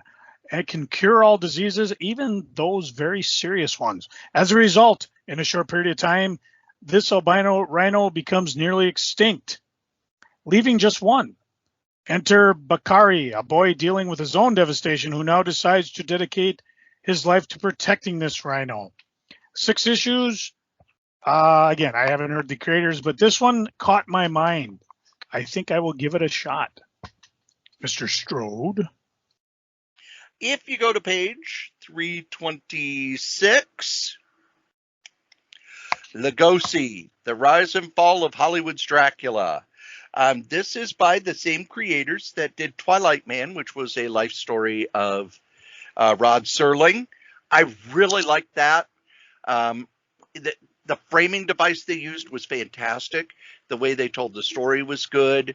And they realized that when you do a biography, you don't want all of the details. You want a story. You want a through line. You want to find out about this person. And I'm a big Bela Lugosi fan.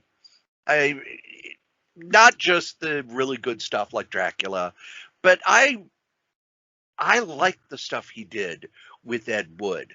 I like the stuff he did with lesser directors because he was interesting even if the movie was crap. I have seen Bela Lugosi meets a Brooklyn gorilla 3 or 4 times. I can't tell you how many times I've watched Bride of the Monster and Plan 9 from Outer Space, which are directed by Ed Wood. And Lugosi is interesting in those, even though the movies are utterly terrible. So he was also one of the first celebrities who went public with a drug addiction. Most celebrities would not do that, but no, he went public with the fact that he was addicted to heroin. So really looking forward to see what these guys do with that book. All right, let's see. Where am I? Page 330. Kevin Smith's Secret Stash, the definitive visual history hardcover. Snoochie Boochies. Kevin Smith tells the full story of his incredible life in this hilarious, candid treasury trove of artifacts and anecdotes collected across his 25 years in the entertainment industry. For the first time, Kevin tells the full story of his incredible life from his early days in Highland, New Jersey, through the breakout success of low-budget indie smash Clerks in 1994, and, of course, the films and things that follow in his View Askew universe. It's definitive, it's revelatory, it's packed with exclusive surprises. This is the book, if you're a Kevin Smith follower, you've been waiting for, and a must-have for pop culture fans everywhere. $65, so it ain't for the faint of heart. But I'm going to, since I don't see any huge omnibuses this month, I may crack and pick this one up. Mr. S. Page 352 is a book I actually read a press release about a while back. Uh-oh, I think we're on the same page on this one. From Penguin Workshop. All of the Marvels, A Journey to the Ends of the Biggest Story Ever Told. Yes. The superhero comic books that Marvel has been publishing since 1961. Douglas Wolk notes the longest continuous self-contained work of fiction ever created by over 500,000 pages and still growing. The Marvel story as gigantic. Let's see. Marvel story is a gigantic mountain stuck in the middle of contemporary culture. Thousands of writers and artists have contributed to it. The rise and fall of a particular cultural experience. This is a must-have for Marvel fans. This sounds really interesting, where he's kind of taking all of the stuff that Marvel has done and turning it into one big story. And that's enough for me. All right, I've got a few more to roll through. Page 361 from Scout Comics, Impossible Jones by Carl Kessel, David Hahn. This is their first issue, a couple variant covers, 4-issue miniseries, the gritty origin of comics' newest sensation. A thief gets powered, is mistaken for a superhero, and runs with it, with no intention of giving up her. Book, by the way, do you? Oh, good for you, because I don't. Kickstarter for it. And I'm going for it. Will she give up her criminal ways? Nope. With these powers, are you crazy? All she has is a fool. Her Toto is fool all the people all of the time. It's not impossible. It's Impossible Jones. So here's your chance if you weren't wise enough to get on the Kickstarter, 4-issue miniseries out of Scout. Let's see, page 366. Demons to Earth and Back one-shot from Silver Sprocket. Writer-artist Hyena Hell.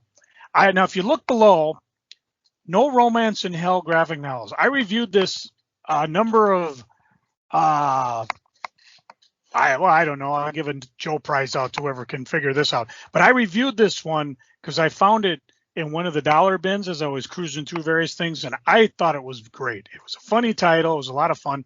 So must be a sequel one-shot, because it pits Demon Bug and Grog. They have a complicated relationship. See the book below, No Romance in Hell.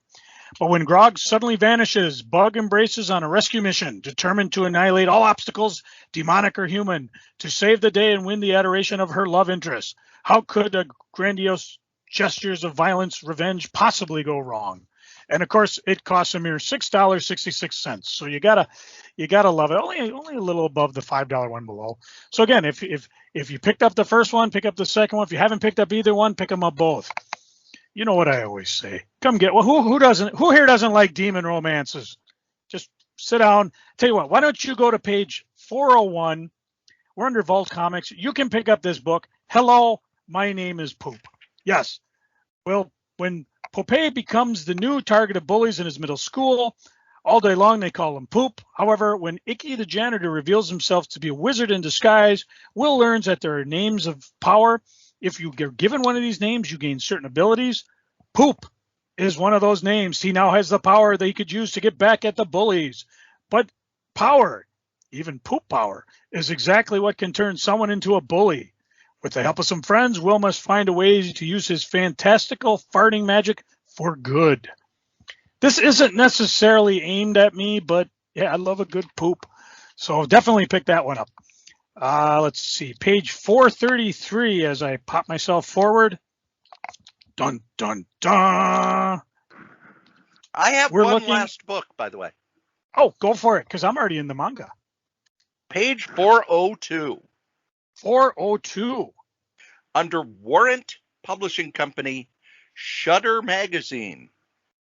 Now, you know how I've said that I've liked the Creeps? This is the exact same magazine. They just renamed it so that it was part of an agreement between Warrant and the people who own Warren now. So that they would, because it was called the Creeps, now it's just Shudder Magazine. And if you take a look, it's a kind of a redoing / parody of the Jack Davis cover of Creepy #1. I like my horror anthologies. They do a fairly good job. If you like horror anthologies, you'll like it. If you don't like horror anthologies, you'll kind of go, this is a waste of time. But it's a very loving tribute to the Warren magazines. And because I'm a fan of the Warren magazines, I enjoy it. And Joe, you have some manga. I did. This is one of those to point out. Page 433, Attack on Titan Omnibus. Here's your chance to jump in on the beginning. It includes volumes 1, 2, 3 of Attack on Titan. So if you are really into this, it's never been easier to Attack of the Titans. So apparently this is volume 1, and just keep your eyes open as other ones continue forward. That's it for the comics. There's a couple of things I'll point out. If you liked Pat Gleason's art on some of the Spider-Men, jump forward to page 450, because here's your chance. You can pick up some T-shirts with his artwork on. He's got the crazy Venom, there's Carnage, and then 2 different Spider-Man T-shirts. So and if you're so inclined, there's hoodies. So especially if you're going to be seeing Pat, he'll probably get a kick out of seeing his art all over. And there was one thing I was going to talk about, Cory. If you would flip the book over and go to page 27. 27. I know. Again, a lot of the stuff we're getting into Christmas or Festivus for weird people who celebrate that. And I just wanted to point this out from Heroes Collector. I thought these were really neat ideas. I wanted to get Cory's thought on them. Advent calendars.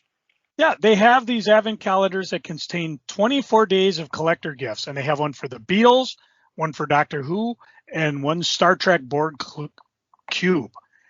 And they're a little pricey, about $130 a pop.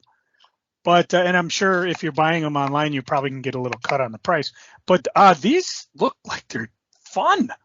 And it also doesn't look like it's, just cheapy stuff in there, because the Star Trek one shows a coffee mug and this other stuff.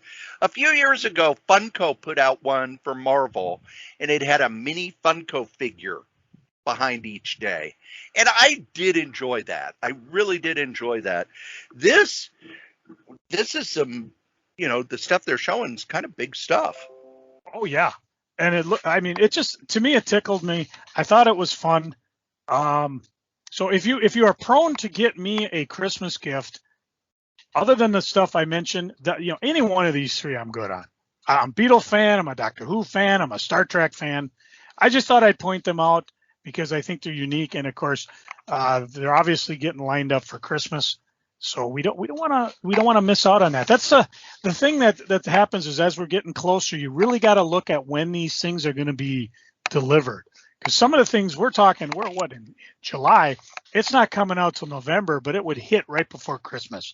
They're usually advanced hardcovers or something fun. And that's pretty much it for me. That's all I got out of this preview. If that ain't enough. You know who does have stuff for you, Joe? Oh, I love stuff. Who? Our new sponsor, NordVPN. They've got security for you. Just listen. Our newest sponsor is NordVPN. Let's be honest, if you're out on the internet, you need a VPN to protect you. There's all sorts of things going on the internet where people can track you. You could accidentally download a keylogger, all sorts of things. NordVPN gives the best security possible. It has a password manager which generates complex passwords, syncs across all your devices, stores your notes and credit card information. It also gives you 10 gigabytes of private cloud storage, secure files. It backs up your data automatically. But the main thing it gives you is peace of mind. It gives you peace of mind when you're out on the internet, when you're streaming, when you're playing games, when you're listening to podcasts like this one. It gives you safety anywhere at any time. It protects your online activity. You get full access to all content. And if you use the link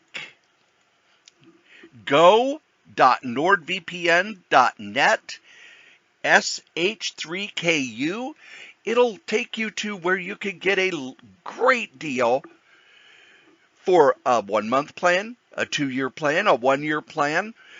They are our newest sponsor. We're happy to have them. And if you would like to sponsor something here at any of the podcasts on the Solitaire Rose Network, you can. Just email me, solitairerosenetwork@gmail.com. Thanks. And you know who else has stuff for you? Well, I imagine you do. I do. I have these podcasts. The Solitaire Rose Radio Network is currently on a pause, basically because COVID-19 has made it so that I have to work a lot of extra hours at both jobs. But you can still go and listen to my other podcasts. Now, you're probably listening to Crazy Comics and Stories, which is the main podcast. But on this same feed, KRAYZCOMIX, is Solitaire Rose Radio, the solo radio podcasts that I do. I've done interviews, I've done short stories, I've done all sorts of things, and you can get to it right here on this same feed. I also do a podcast called Novelcast, where I take the novels I've written and turn them into free audiobooks. That's over at novels.solitairerose.com. Dangerous Dan Moore and I, and of course Wolfie B. Bad, give you bad advice over at badadvice.solitairerose.com. You send in your questions, and we give you the aforementioned bad advice. And then myself and Adam Vermillion from For the Love of Comics do the Fantastic Forecast at fantasticforecast.solitairerose.com, where we go through the issues of the Fantastic Four, 4 issues at a time, to give the plot and commentary on each issue. That's not all. Yes, I'm crazy. I still, over at pwinsiderelite.com, every week on Wednesday, do a recap of the latest episode of AEW Dynamite. I write up what happened, and then myself and Anthony Pyrus will do an audio. Now, you can only listen to the audio, if you remember, at pwinsiderelite.com, and if you're a wrestling fan, you should be, where we then break down the episode, talk about what we liked, what we didn't like, give it a grade, and let you know if you should have watched that episode. Those are the other podcasts here at the Solitaire Rose Radio Network. Thanks. And there's one more person who has stuff for me. Who's that? You! Joe, I what's do. going on the eBays? All right. There's been a lot of stuff going on the eBays. I've been selling stuff like crazy. I've actually been putting some stuff up. I'll actually talk about that when we get to the geeking. But let's take a look at some of the things I've sold. I don't recall if did I mention First Wave last time? That was the DC comic run where they. Yeah, okay. That was the with Doc Savage and the Shadow and the Spirit. Yep. Right? So I had a couple of variant covers there that sold. I don't recall if I mentioned Hercules, the Yes, volume you did. 4. Okay, so we got that. Did I recommend Fugitoid? Okay, so this is what I call a thrift store find, because I found 6 copies of Fugitoid Oh, that they wow. had slapped a $1 sticker on. And I kept one and the stickers peeled off. So what I did is I put them up. Guess how much I was selling these bad boys for, Cory? Because a mint one worth would anymore. be upwards of $70 to $100. I'd say But these 20. I figured, you're not bad. I did them for 15. Okay. And they're gone. I mean, I was just so happy to find these. I thought, I could peel them off. I could ask 50 a piece. And I said, you know what, $1 a piece. I don't want to have to deal with ripping the sticker off. I'll let somebody else have some fun with them. And they sold. And that happens rarely where I find something like that. So I was very, very pleased. Fugitoid, of course, was from Mirage Publishing, 1985. Essentially, it was a robot that I guess gained sentience from a stray bolt of lightning. Won't be anybody.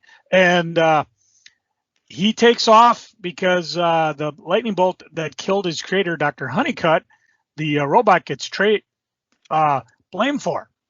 Now, this actually takes place in Teenage Mutant Ninja Turtle continuity. It takes place between the original number 4 and continues to number 5. Writer Peter Laird, Kevin Eastman. And the coolest thing I remember, of course, is the original Fugitoid action figure that came out when the toy line hit.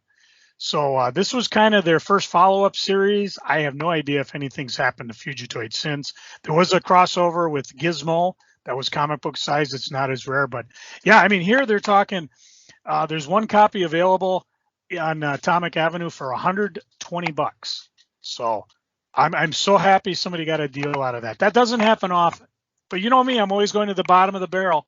That's why, price-wise, that is. That's why I sold a Fantastic Four number 11 it was the Pepe Larraz variant cover from 2019. I wish I had the Virgin variant cover because that baby's upwards of $100. But no, this one just was average price, $15-16. I sold Jessica Jones number 4, the 2017 miniseries. Again, another variant cover I picked up along the way. Sometimes I just I have what I call fair copies. I had a DC Special number 6. DC Specials was was it an anthology series, Cory? It was just every special was something different. So I don't know if it was really an anthology. It started 1968, started up again in 75. Issue 1 was like an all Carmen Infantino issue. The one I sold happened to be The Wild Frontier. It was all Western, and it was just like I said, in fair shape, a good reading copy, so it went fairly cheap. I sold a Duke Nukem Glorious Bastards retailer variant cover. I think we've talked about Duke Nukem before, other than the fun video game, not counting the forever game. The IDW in 2011 did a mini series, and they had a bunch of variant covers and a book. The regular covers should be easy to find. The variant covers a little tougher to find, and some of them are pretty pricey. You know me, I price them fair. That's the way I work around here. Speaking of Teenage Mutant Ninja Turtles, they had a book come out in 1991 through Mirage called Challenges. It was a smaller format book by Michael Dooney, and apparently not a lot of you bought it because it is downright silly expensive. Mine sold for around $50, and they go upwards into the 200 range, depending if it's autographed or not. So it's an actual story. I looked in it. It's more of a graphic novel. Again, I didn't have it long enough to sell it, so I'm not sure what it's about. I did read Wolverine Saga, though. In 1989, they had a 4-issue, I guess it was the Baxter format, the square-bound cover. And this dealt with Wolverine Saga up to date. It was kind of a fun little series tied into everything. Not to be confused with the Wolverine Saga that came out in 2009, which was, again, another free giveaway comic that, again, tried to catch you up with Wolverine because he's been around for a couple centuries here. Somewhere along the time, we must have talked about what because this was basically Marvel spoofing itself with its own series. Butch absolutely loves What The. He'll pick up any copy anytime, and I picked up a few, and as I'm weeding through my collection, I'm selling off the spares in fine shape. But because this was back when comic books were comic books, not that fancy cover you young punks have are used to nowadays. It was actually, a glossy cover and comic newsprint on the inside, but fun nonetheless. The final thing I'll talk about selling, there's a couple other things I'm just going to list through, but I sold a few copies of Those Annoying Post Brothers. This was by Matt Howarth and Howarth. Thank you. And Lou Santhus. It was out of their, I think probably their own Vortex, published from 85 to 98. Basically, Ross and Russell Post are the two people most of us would least like to meet anytime, anywhere. Inhabitants of Bugtown, where if you die, you just regenerate.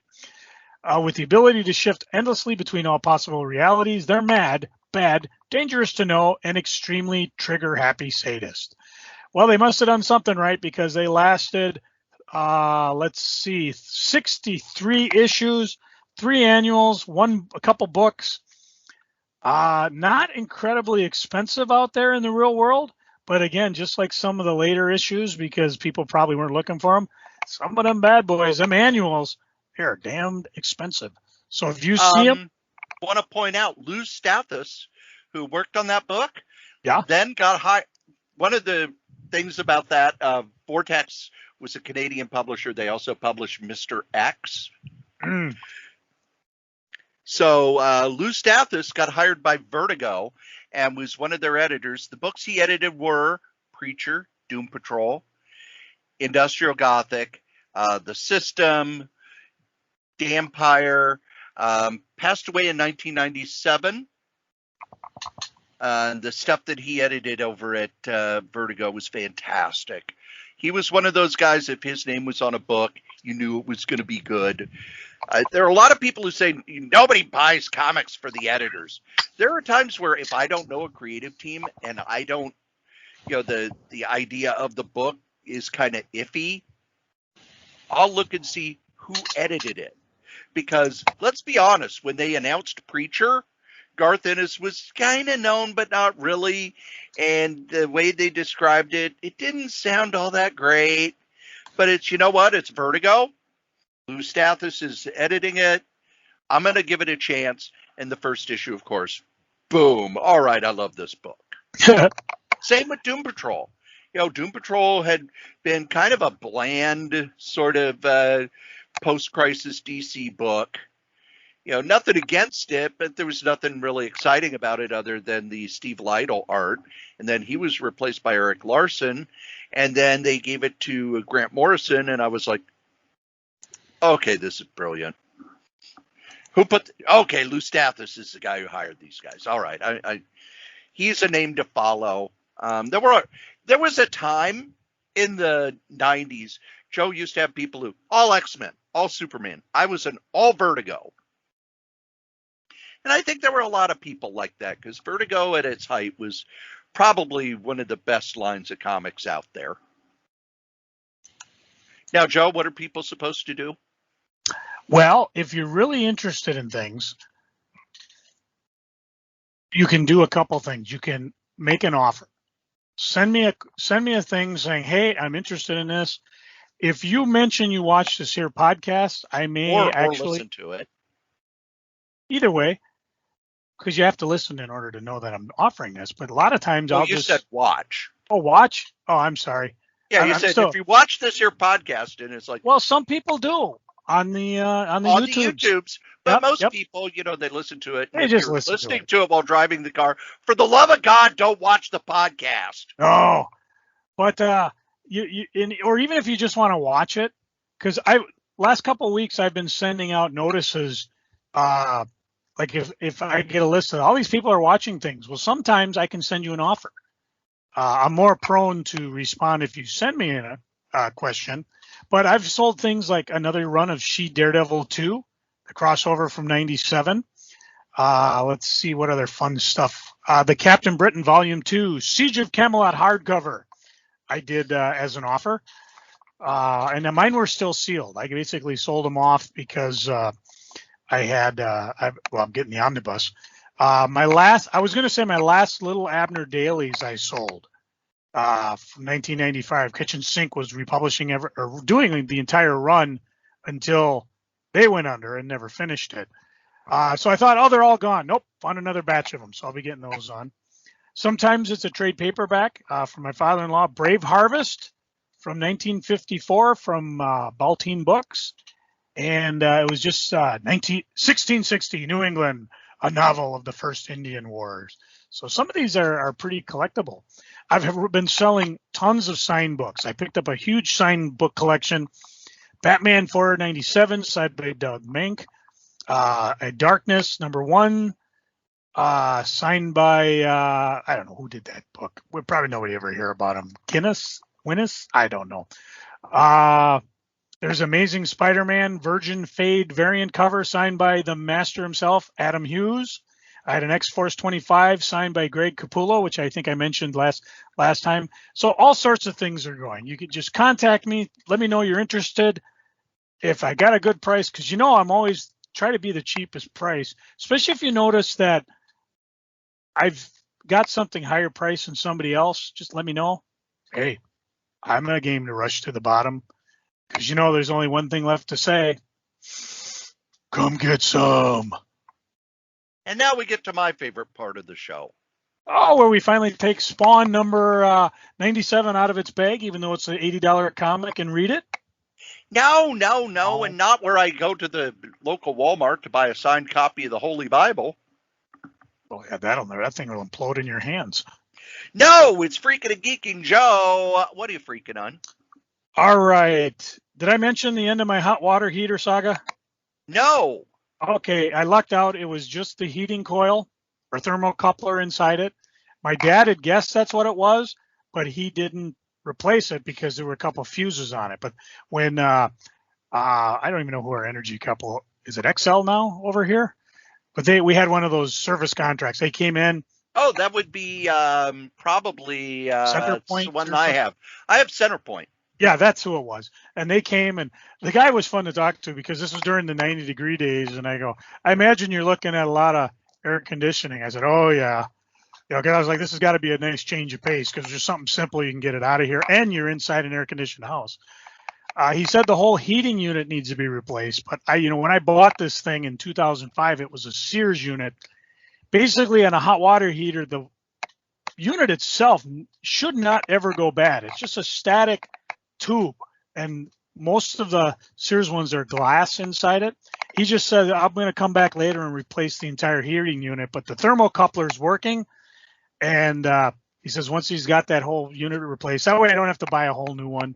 So I dodged the bullet on that baby. I did bitch last time about the Simpsons game. Game over, baby. I went online and I discovered for the last 6 months, or maybe 6 weeks, it doesn't matter. They've been having trouble with this since they put that new verification code in. Bad enough they made everybody switch their email without warning. But now when you do switch your email, which itself is a chore, then, especially if you got like me, I had an email that's inactive, then you have to go in, do the code, and no codes are being sent. So I got it off my phone, which sucks because I enjoyed playing it. It's in the middle of an event, but if I can't play the game, what's the effing use? I will ask people out in our podcast land, if you have a phone game that you play, and I know they're all freemium games, let me know what you play because right now I got nothing. I play like a puzzle game, and I have a few other word games, but I'm missing like a decent action game. I went to go look for Oregon Trail. Oh, did they have crappy reviews? It just says, like they said, the developer abandoned it. You can't get more than 1 hour in, and you got to pay for stuff. And I'm like, I just want something fun to play on my phone. And it's like it's almost like game is fun. What is it? The Looney Tunes game is kind of fun. Looney Tunes. I will write that down and give it a check. Because as you know, I'm not opposed to paying if I really like the game. But I'll give Looney Tunes a shot. Let's see. Oh, Cory, did you ever pick up a copy of Nice House on the Lake? I did not. Oh, well, it's up to its third print already. A reason why it's on my freaking list, although it's an excellent book, and you'll probably pick it as graphic novel when it comes out. Yeah. My first copy came water damaged. I didn't realize it until I went to read it. I don't know how it got water damaged. I don't think it came, did it sit in something wet? It was just weird, but it's out of print. I'll probably pick up a third print. I don't even want to look at what the prices are. I mean, it's readable, but I'm the type of guy that if I like it, I'll flip it for a graphic novel. Well, here you can have number one. It's probably $100 book, but it's water damaged. I don't know if you want to get into this, Cory. This could be a topic maybe for next week. Have you been following the great comic book price debate online? Bits and pieces of it. Yeah, essentially, a new group of newbies, you know who you are Noobs. fetching about the fact that some people are like, if you walk up and say you have this wonderful copy of, I'll pick up Spawn number 97. And you're like, it's not priced. How much is it going for?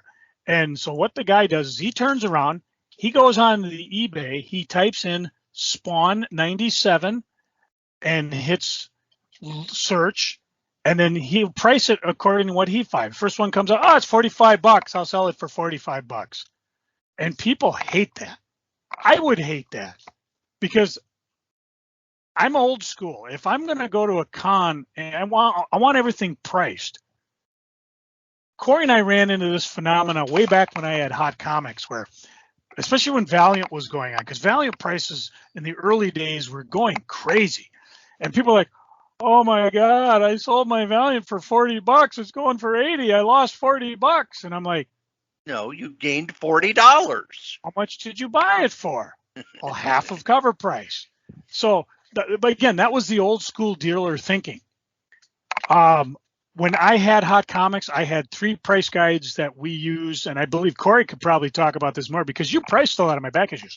Yeah. Wizard, Overstreet, and sometimes their monthly magazine, and Comic Values Monthly. The key is that Overstreet was always good for what did sell, and it was always books. And older books. And the key is they're telling you what sold for last year. There's no reason why it shouldn't be more expensive now. Although in the Midwest we got this weird, guide says it's $50. Why are you selling it for $60? Well, because in Chicago they're selling it for $70. Wizard was good, of course, for the hot books because they were kind of driving some of that market. And Comic Values Monthly was great because they listed individual books. So you'd see, okay, number 5 is $10, number 6 is $10, number 7, $20. What does Overstreet say? So it says they're all cover price. What does Wizard say? Wizard didn't market that month because they didn't list every single book. They only listed what was hot. It actually got ridiculous because they would list an entire run of Action. And I said, dude, nobody's going to Wizard Magazine to price out their Action Comics number 1. Trust me on this. Or Action Comics number 20. Even. Stick with what you know. Stick with hot and upcoming books. The other thing that was fun, of course, is you always had in all 3 magazines and in Buyer's Guide a little bit, these are the top 5. So you could look to see if you had the top 5. There were just ways to keep on top of pricing. I never really repriced things. And Cory, I'm going to step back. Tell me, when you were pricing my comics, my back issues, how did you do it other than, watching ECW? It would depend on the book. If it was a newer book, I would actually look at Wizard because they handled the new books. The older stuff, I would look at Overstreet. That was back when Overstreet had Overstreet Fan, which was a monthly. So we would use that. Comic Values Monthly was weird in that it was for some books it was dead on. And in others, it was like, there is no way in hell this book is worth $500. No way in hell. But the other thing I would do for your wall books, the hotter ones, it would be, okay, I'm just going to use Spawn number 1. Joe had Spawn number 1. I put one up last week for $20. And when I come back next week, it's already sold. Well, if it's sold in a week, we don't have it priced high enough. $25. Come back the next week.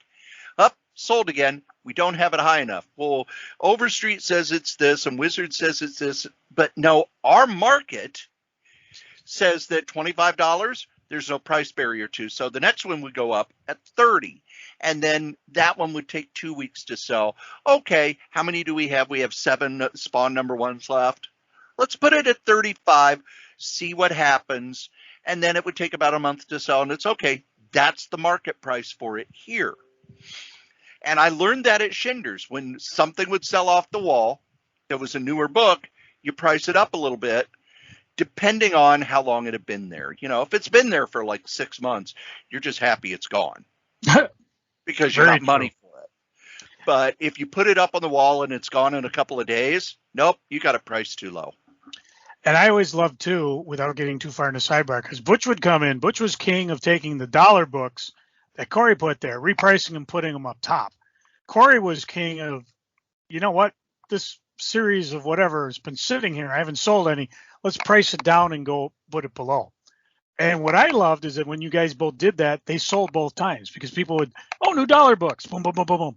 People would go, oh, look, a new run, boom, boom, boom, boom, boom. The other thing that you did that was great is you take a run, slap it together, price it a couple bucks under, and we sold a lot of stuff that way. I didn't, and it was mostly, oh my God, how are we going to get rid of all these fucking Superman books? Yeah, that's what started it, because it was like, I've got 20 of the last 6 issues of all 4 Superman books. All right, when is the story break? Here? Okay, boom, boom, boom, boom, boom. What's our cost? Our cost is this. Put it 50, take the cost plus 50%, not, so let's say the book is $2. Your cost is $1. Put it up 50% from that, $1.50. That way you make profit and people think they're getting a bargain. Yeah, and we sold quite a bit. In the shop, you have spent money on that already. And if it didn't sell, it's not going anywhere. I lost. Yeah. I didn't make money. It's just taking up space.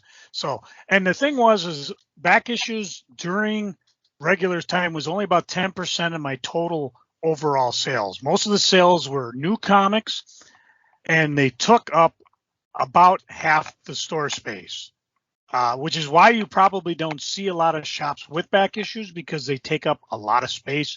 And it's usually not a big thing. The numbers would skew, of course, because when we had our sales, we would go crazy.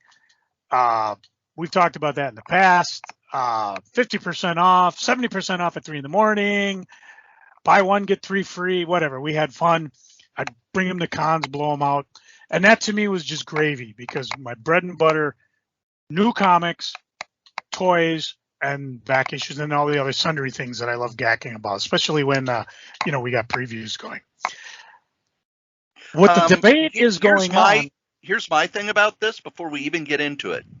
Mm-hmm. There have been people who say that a comic isn't priced, or it has a price and the retailer will change the price when they bring it up. In Minnesota and in many states, if something is priced, you have to sell it at that price. That's the law. You can't. If you were to go to Target and they've got Lifesavers, and they say on the shelf 25 cents for a roll of Lifesavers, and you bring it up and they ring it up and it's $1.20, it's $1.50. Nope, you priced it at 25 cents. You have to sell it for the price you have it listed as. And that's why your big stores have people who their job is make sure everything is repriced. Oh yeah, I did that when I worked at Sears pre-comic shop days, And for me, it was more important just to get things priced. So when you came up, oh, how much is this? And I'm not talking necessarily TVs, computers, because I was in the electronic department, but like you're trying to figure out printer ribbons. I wanted everything to have a price on it. They didn't want me to slap the individual item with a price, because I was really an advocate of that, but I had to make sure it was on the rack and had a little price tags. A lot of my time I'd type it out. I figured that's just a courtesy. You come in, you're going to buy something. Yeah, you can come up to me and ask a price, but if it's pre-priced, it makes you want to buy it better. When I personally buy things, if I don't know the price, I don't like asking. It's just me. I hate it. I want to go through something, know what it's priced. A lot of times, and Cory's seen this when we're at Nerding Out, I'll bring it up. He says, well, they're all $1 a piece. They are? I'll go back and buy some more. And again, I look around. Maybe I missed the sign. Maybe I didn't. And asking is not a bad thing. But not once have I been to a place where a guy has come up, oh, I had this price at $10. I better price it higher. But what's happening now is online.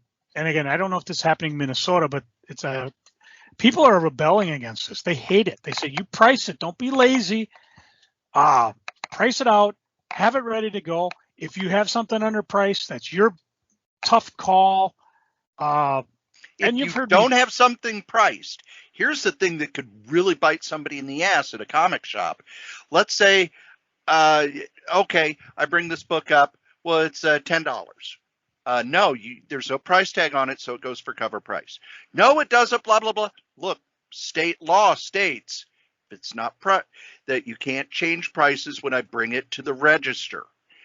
That's why when I go to comic shops and they don't have prices on their back issues, I don't buy any back issues.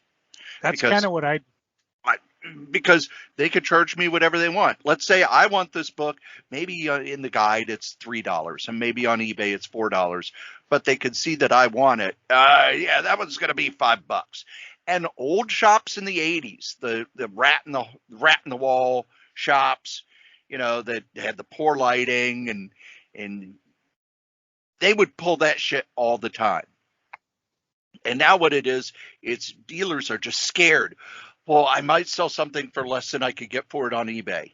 And my feeling is, then put it on eBay. Do the work. Okay? Yeah. Somebody's coming in your shop and your book isn't priced, it's cover price. Yep. And that's Minnesota, that would be the law. That's what people are kvetching about. Now, of course, I threw out, I said, okay, and there's been other guys. They said, okay, guy goes online, he sees his price $40. I said, tell you what, it's 40 on eBay, I'll go 20 here. It seems like a good deal to me.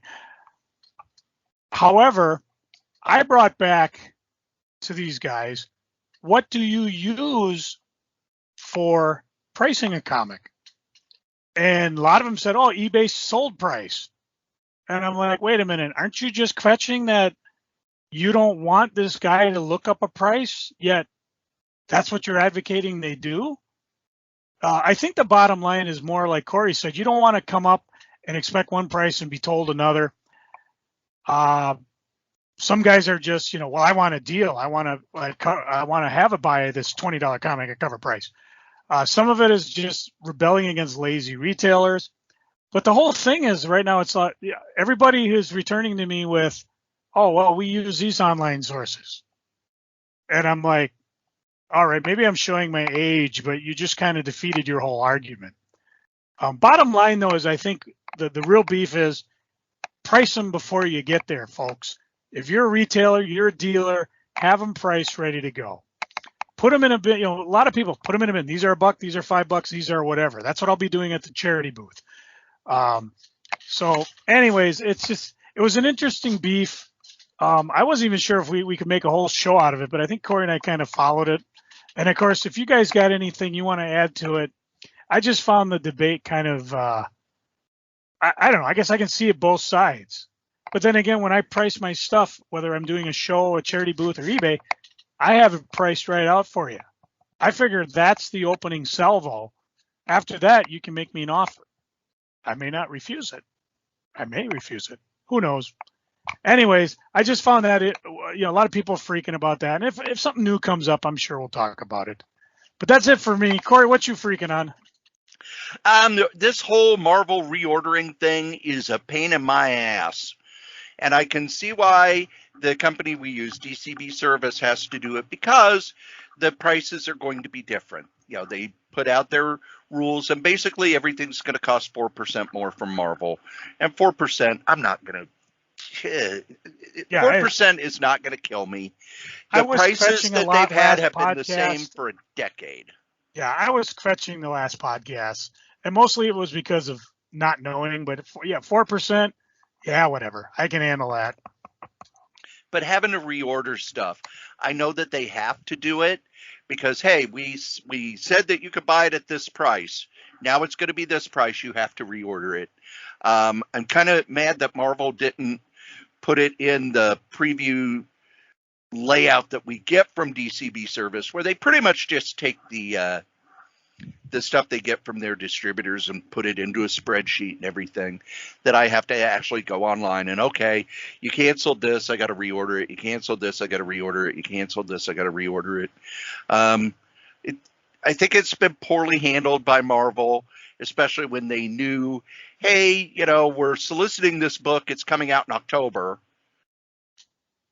Well, we know we're going to be switching distributors. So, but the thing that really burns my bacon,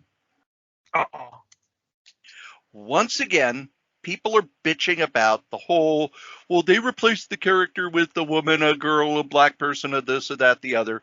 And one person I know brought up stuff, and I just private messaged him and said, you realize that the story you're complaining about happened 8 years ago. It concluded 6 years ago. The character has been, Thor has been Thor for the last 6 years. Well, the Iron Man thing. She was Iron Man for 9 months. Tony Stark has been Iron Man. So you're complaining about stuff that happened 8 years ago and has already reverted back to the point where it's okay. These characters that they introduced using this method are now in the movies and the TV shows and the cartoons and all that. It's like somebody got mad 8 years ago and they're just holding it. Yeah. Well, even with the Iron Man thing, I want to just say to them, look, you were looking for an off-ramp. You were looking for a way to quit reading this stuff. There you go. There's your off-ramp. You don't need to keep beating the dead horse because you look like an idiot complaining about something that lasted a year, 2 years, and has reverted back 6, 7, in some cases 10 years ago. If you wanted an off-ramp, cool. I remember when I was reading Wonder Woman by George Perez. And when George Perez left the book, there were a lot of people who quit reading it. Why? They were reading Wonder Woman because they liked George Perez, not because they liked Wonder Woman. And William Messer-Loebs, his stuff was good, but it wasn't George Perez. Or when when Mark Waid left Flash and other people came on, when creators leave books, the readership can change because there are readers who are just following creators. If you're looking for an off-ramp, fine, get an off-ramp. It's cool. It's not a problem. But to keep complaining about it would be like if I said, you know what? I hate the Fantastic Four. You know why, Joe? Because there's 4 of them. Because they killed Reed Richards and put Invisible Woman in that stupid bathing suit costume. Jesus Christ, what a piece of shit. Cory, but the 25 years the other ago, one, and they did I don't care. The fact that they did it makes me mad. And the other thing that I loved, especially about the whole Ironheart thing, I was like, you're complaining that a young black woman is Iron Man. You're not complaining about Dr. Doom, who was Iron Man at the same time, because he's a white guy. Being Iron Man, or Iron Man there was brother a black being Iron Man, or Pepper Potts being Iron Man, or Happy Hogan being Iron Man. Yeah, you can pretty much tell the fans from the complainers. But the fact that it still comes up 8 years later. Yeah. Let it go. You don't know what you're talking about. If I held on to grudges from 8 years ago, I wouldn't watch anything on TV. You'd still be complaining about Vince Coletta's art. I'll never let that go. Okay, bad example. Sorry. Joe, what are you geeking on? Let's see. Oh, I mentioned earlier, we got some cool stuff for the art auction coming up, the charity booth. And as long as we're here, I think this is the last time I'll be mentioning the SpringCon coming up. or I'm sorry, One crazy summer. Yeah, because by the time I get back, we'll be in August already. There'll be we got one more podcast, and when that podcast drops, it'll be over with, and I'll already be on my way to Reno. See how time works? Wibbly wobbly, potty waddy. So this is One Crazy Summer Con, Saturday, July 31st, 10 a.m. to 5 p.m. Kids, it's $5 per person. Kids 9 and under are free. They're using this proceeds to get Fall Con going, which will be September 25th. I am pretty damn sure Kelly's going to have some flyers for that there, so we'll find out more. But for now, head to the Mermaid Entertainment Events Center, 2200 Mounds View Boulevard in Mounds View, Minnesota. Entrance is on entry number 4, which is on the back side of the building from County Road 10. And any other questions? I think the website's rolling, MidwestComicBookFans.com, or just head over to their Facebook page. So I'm a little bummed I'm missing it. I've missed a couple comic books and shows lately, but that should be okay because I'm ready. I'm going to get all ready for FallCon. Speaking of which, Kelly White donated a bunch of books that'll be going to the charity booth. Some of them are actually up on my eBay site. I'm not saying which, but expensive variant covers. You can probably check it out and make an offer, and that'll all go right to charity. Jerome Wanker, our good friend, donated some more comic buyer's guides, so I'm going to get them all prepped and ready to go. While I was out and about picking up all these fun donations, I also did a bit of geeking. I found, let's see, there's a new, well, I shouldn't say new, they've been around, but Turbo told me about this store up in Coon Rapids, Highlander Games. It's on 3015 Coon Rapids Boulevard, technically Minneapolis, although it's closer to Coon Rapids. I forget the name of the shopping mall it's in, but I stopped in, I dropped off some flyers. Really nice store. Brand new store, a lot of newer stuff. I did do some shopping. I picked up a couple Spawn issues. I picked up the Marvel Voices Pride #1. I'm not even sure which variant cover I picked up. Doesn't matter. Cory, you talked about it, and I thought, you know what? I'll pick this sucker up. We'll give it a shot. Plus, it was $10 buy. I'm sure a comic shop likes that. A lot of games, newer comics. I'm pretty sure they have a pull and hold service. So if you're in the northern part of the suburbs, check it out. And we might be visiting them again sometime, Cory, because I don't know if you've ever been there, but we'll definitely head up there and see what's going on. I had mentioned last couple of weeks our house was torn apart as we got it all painted. I'm happy to say it's done. It's beautiful, and I'm going to drop the names of the guys who did it. Warren and Andrew Peterson Professional Painting, LLC. If you are in the Twin Cities area, or if you're even in the surrounding area, give them a call. I don't know how their range is, but they did outstanding, beautiful work. www.petersonpropainting.com. Peterson, S-O-N. I got their Gmail. I got their phone number. I've got their card. If you are interested, give me a call, because I always love self-employed people who do outstanding work. So I was very, very happy that hit. Other than that, we're going to go see the African Queen tonight. Oh, cool.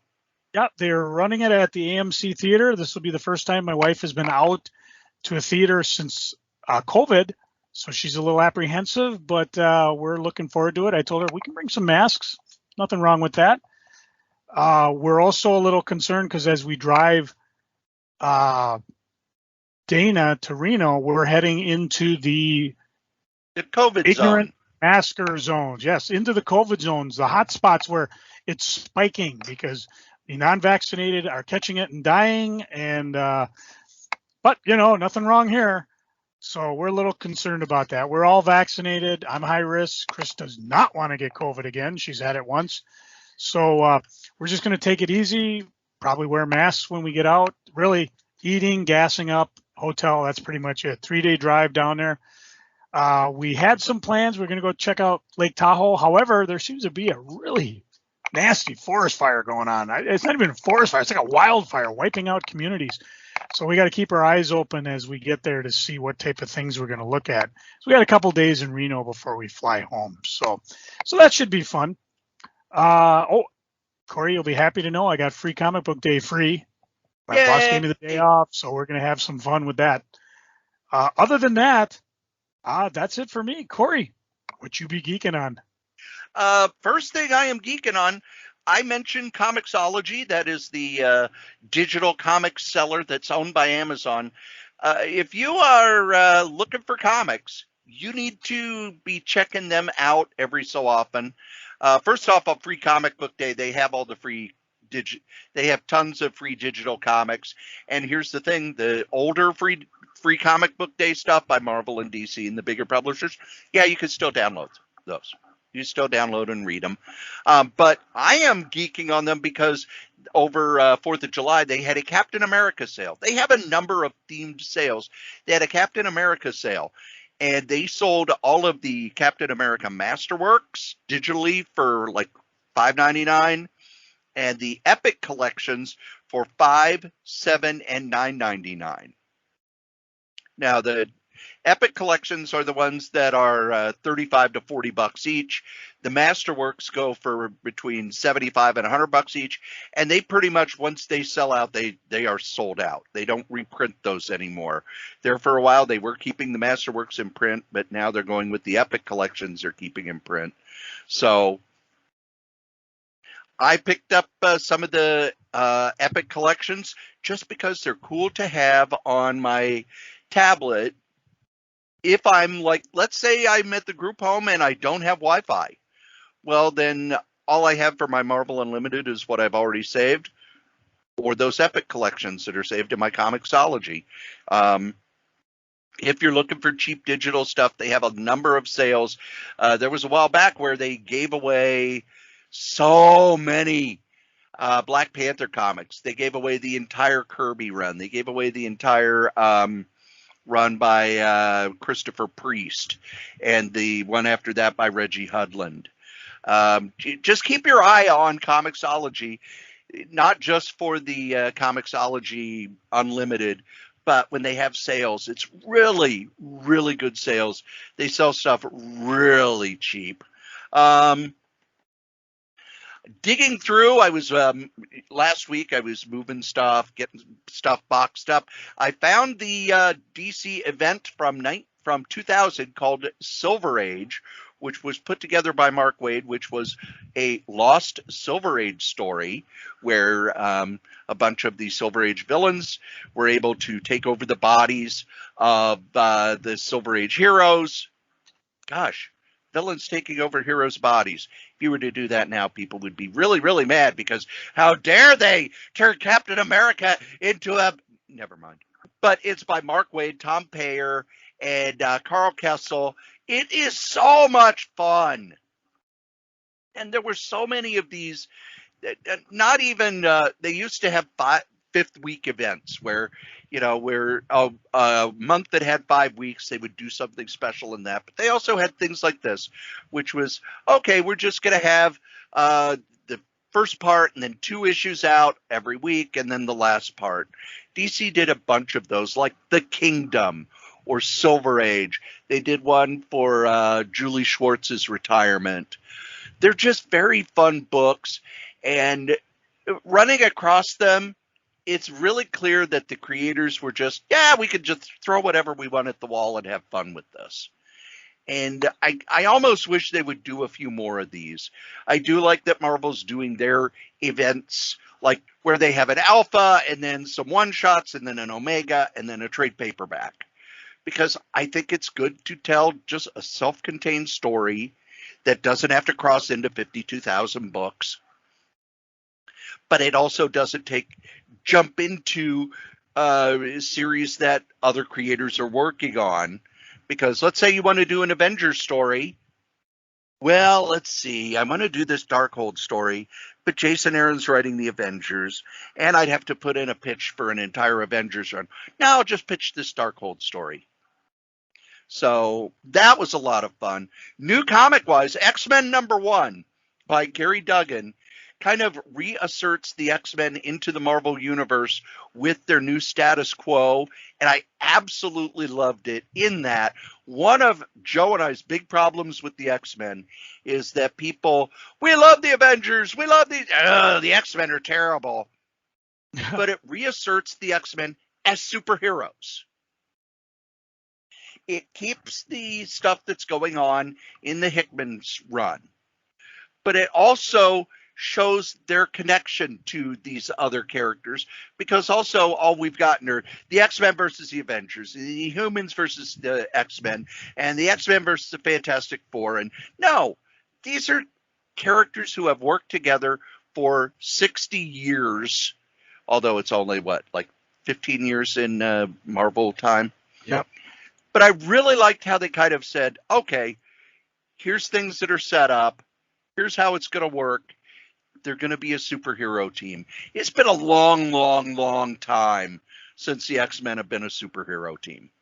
And then Sinister War #1, which starts Nick Spencer's last story on Spider-Man, where he's pulling together all these threads, where Dr. Octopus was creating a new Sinister Six. And there's also another group that's being pulled together. And all the stuff that he was doing with the Chameleon, and the stuff that he's doing with Harry Osborn, where we have the Harry Osborn from Hell. We have the Harry Osborn that was there when Brand New Day started. And we have the corpse of Harry Osborn because, he died and went to hell. And for the first time in a long time with the Spider-Man book, I'm like, what the hell is going on? Which is a wonderful feeling for a longtime comic book reader. A wonderful feeling for a longtime comic book reader. Then the last thing I am geeking on, I'm putting together all of my notes for the Eternals podcast I'm going to be doing. It's going to be a 4-parter where I do 5 issues of Kirby's Eternals, and that book is so fun. And it's really clear when you read it that it was meant to be read, boom, boom, boom, boom, boom. And it's a lot like the New Gods in that you could tell Kirby was just throwing ideas at you, and he was going to do something with them later, but he never ever did. It's like with the Fantastic Four, every so often Stan would say, slow down, let's do another Galactus story so we can flesh out this character a little more. Slow down, let's do another Doctor Doom story so we can flesh out his character a little more. If Kirby didn't have that, he would just throw ideas at the wall. And there's so many cool ideas in this. I cannot wait to start talking about it. Believe it or not, kids, you've listened to us ramble on about funny books for over 2 hours because it's a previews episode. Oh, yeah, that tends to happen with previews. And as we say every week, the comic we like the least, we still like better than the comic that you like the most. And, Joe, normally you have a joke, but I have a riddle. Uh-oh. I have a riddle for you, Joe. You does. All right, you're riding on a horse. On your right-hand side is a sheer drop-off. On your left-hand side is an elephant that's going the same speed as you.